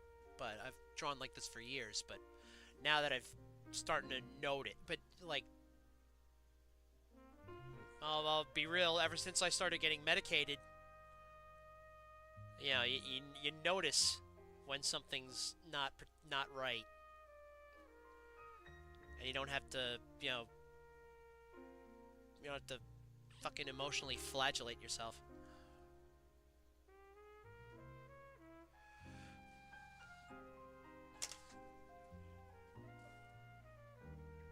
So did we go a little too... No! No, actually. This is just gotta be... I just gotta redo the line on that one, but that's not a big deal.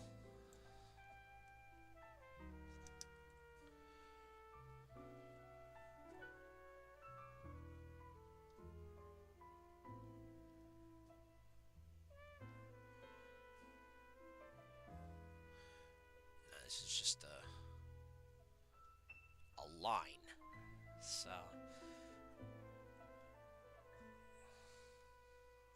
thick and thin. All right. Well, this was a 10 pixel border, I think, or 15. Let's do 10. Let's see what 10's gonna do for us. Oh, that's not it. Right, wrong color. Oh, too thick. Nope. Not a little higher. Oh, a little lower. Yep. Yep. Boom. Nah, little. Let's do what? 5.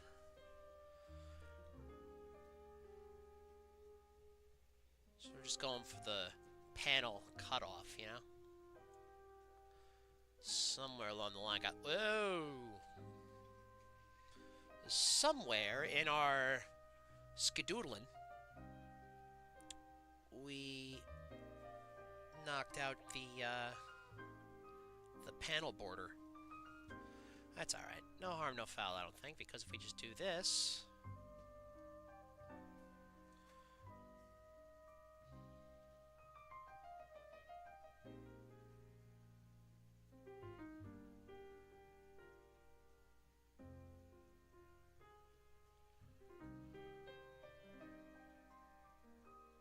no.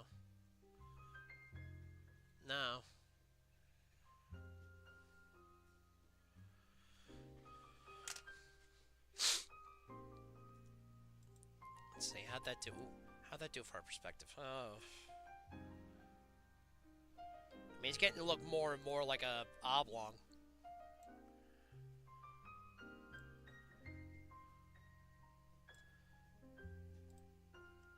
I'm gonna cheat a little. We're gonna cheat a little bit.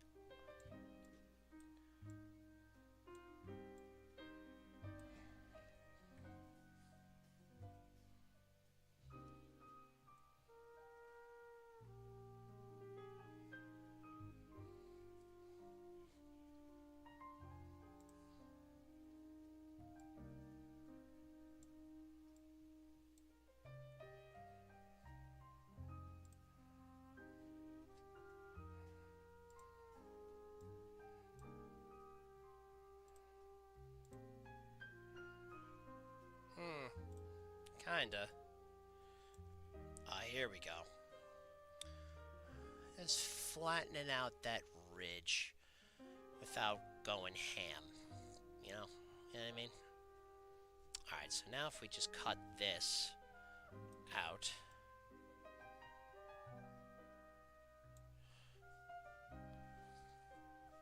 Boom.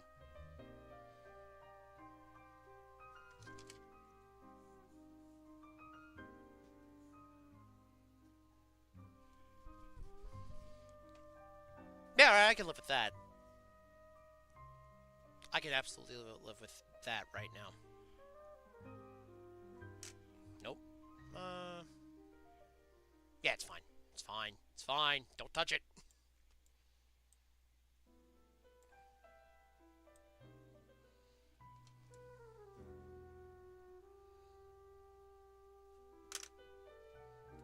Ooh, I have an idea.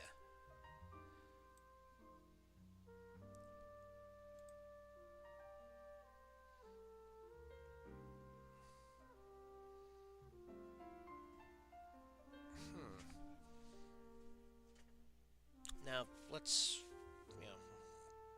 play with me in the space for a little bit, right? What if we did, like...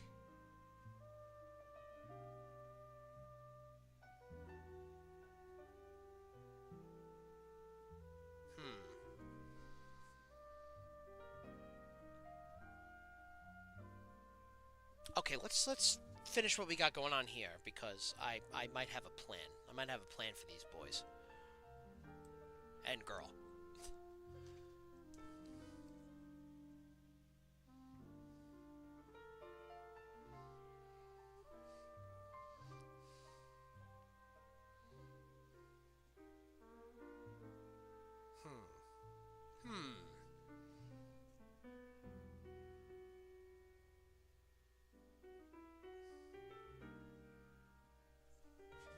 Okay, so I think it's just the... Yeah, because I don't think these guys are... They don't have any pencils in them. It's just the ink.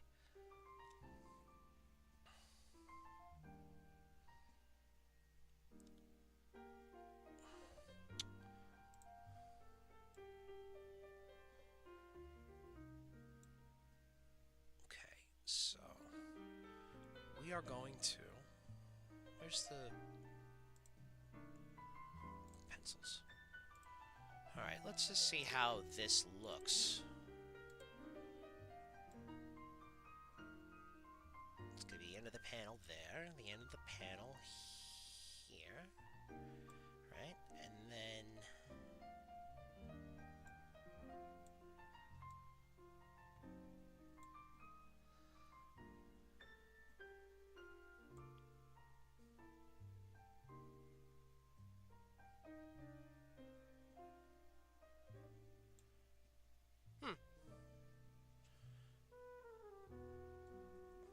Okay, let's expand the ink.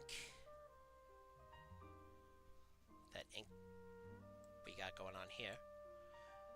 It might get a little crusty. If it gets crusty, I'll just have to, we'll have to rasterize it later.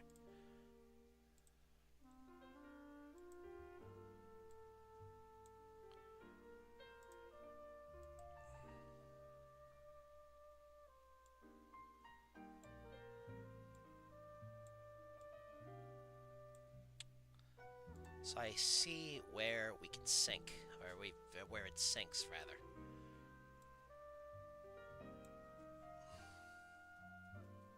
It's right here, but I think we could stand to go a little bigger, no?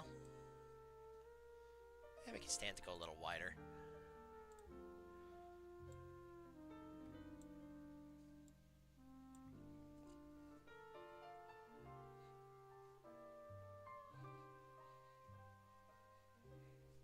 There we go. Let's a little lower. Little lower.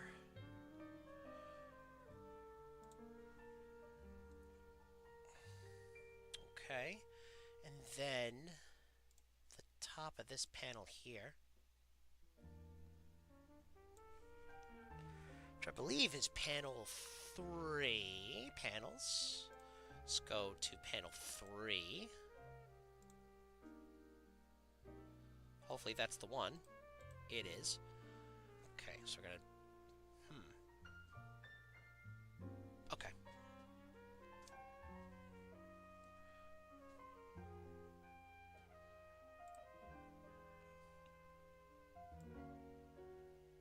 Nope, not direct selection.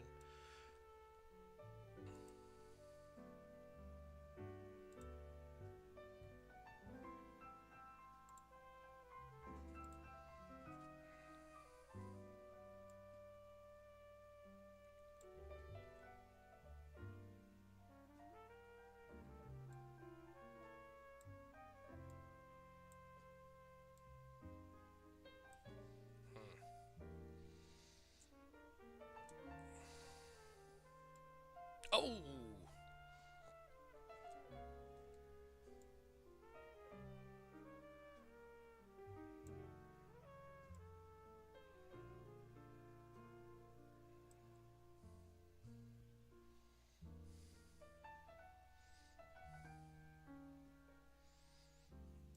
do we got here? Alright, so let's do...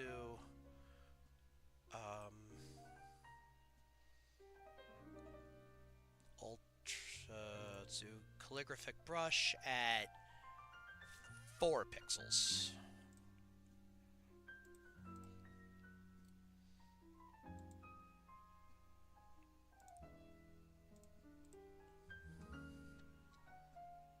Oh. Nope, that's not it.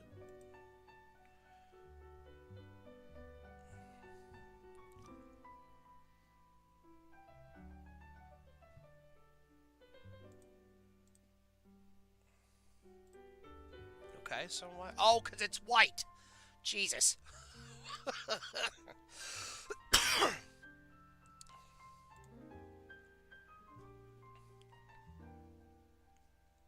Little bigger.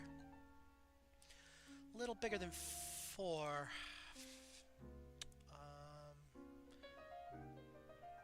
Stroke. Nope, not that. Well.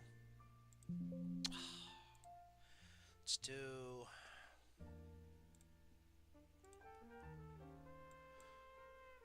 let's do 6. Yeah, let's do 6. Oh, boy.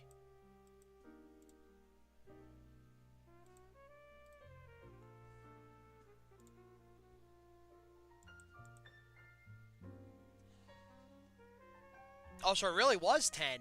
Alright. Well, each pen size is different. Each standard pen size is different. So one 10 pixel, one brush that's 10 pixel wide is not the same as another pixel that's 10 pixels wide. Like at different shapes and shit. Did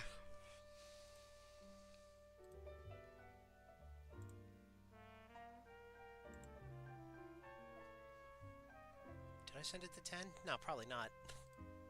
Stroke path. Yeah, that's at 10.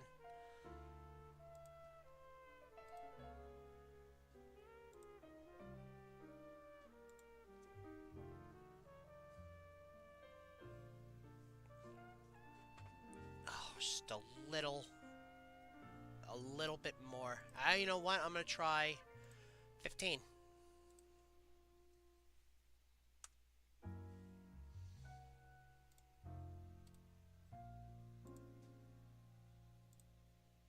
Oh, that might have been it. Yep, that was it.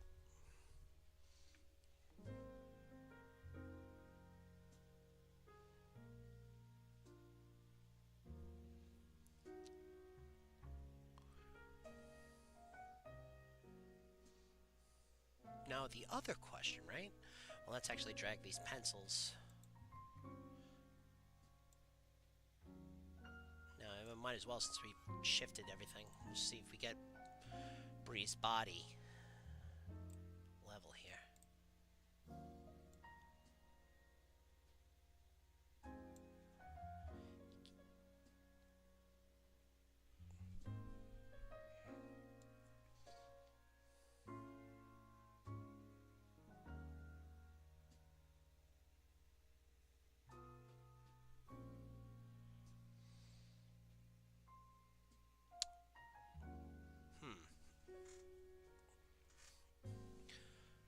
Well, I do actually want to keep it that size, because we do have to add the dialogue later.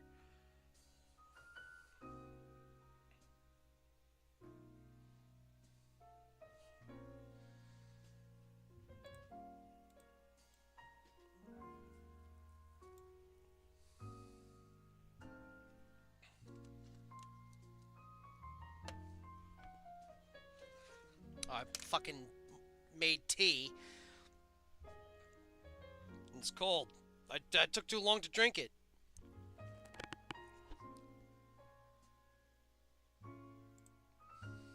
Now it's iced tea without any ice, and I was like Luke tea. Lukewarm tea. That cup almost missed my mouth.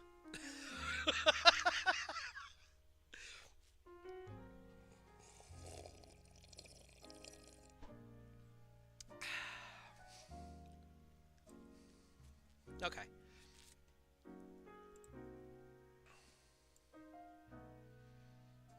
It's 9:30. I'm gonna let's see. How long have we been on? How long have we been streaming?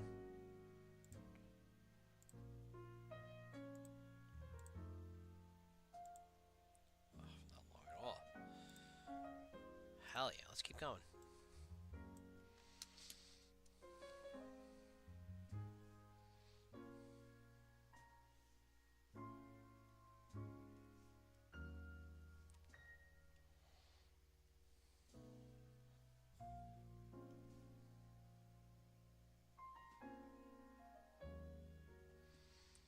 Now, the only bummer about drawing Brianna Wu is having to look up references of her. I don't want to look at her. Makes me not feel good. I feel sad. Like, I wish I was, just being mean, but I do find it sad. Oh, that's pencils. That's pencils again.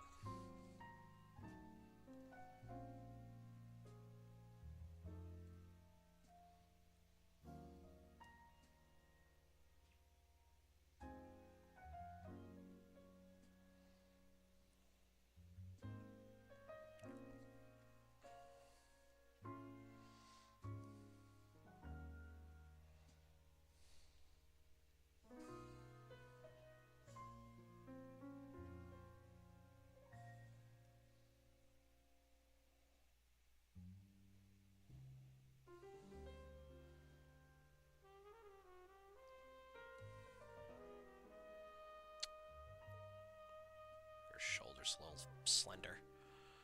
A little more slender, rather.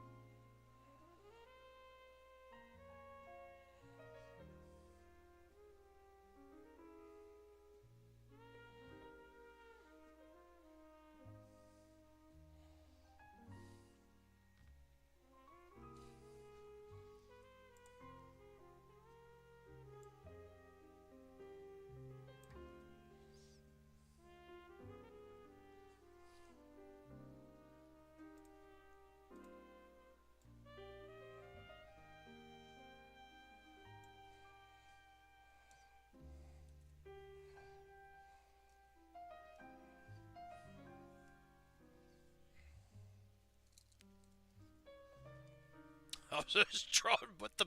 Oh, man. Alright, I think I might have to call it. I was about to draw with, like, the butt end of the stylus. Ugh.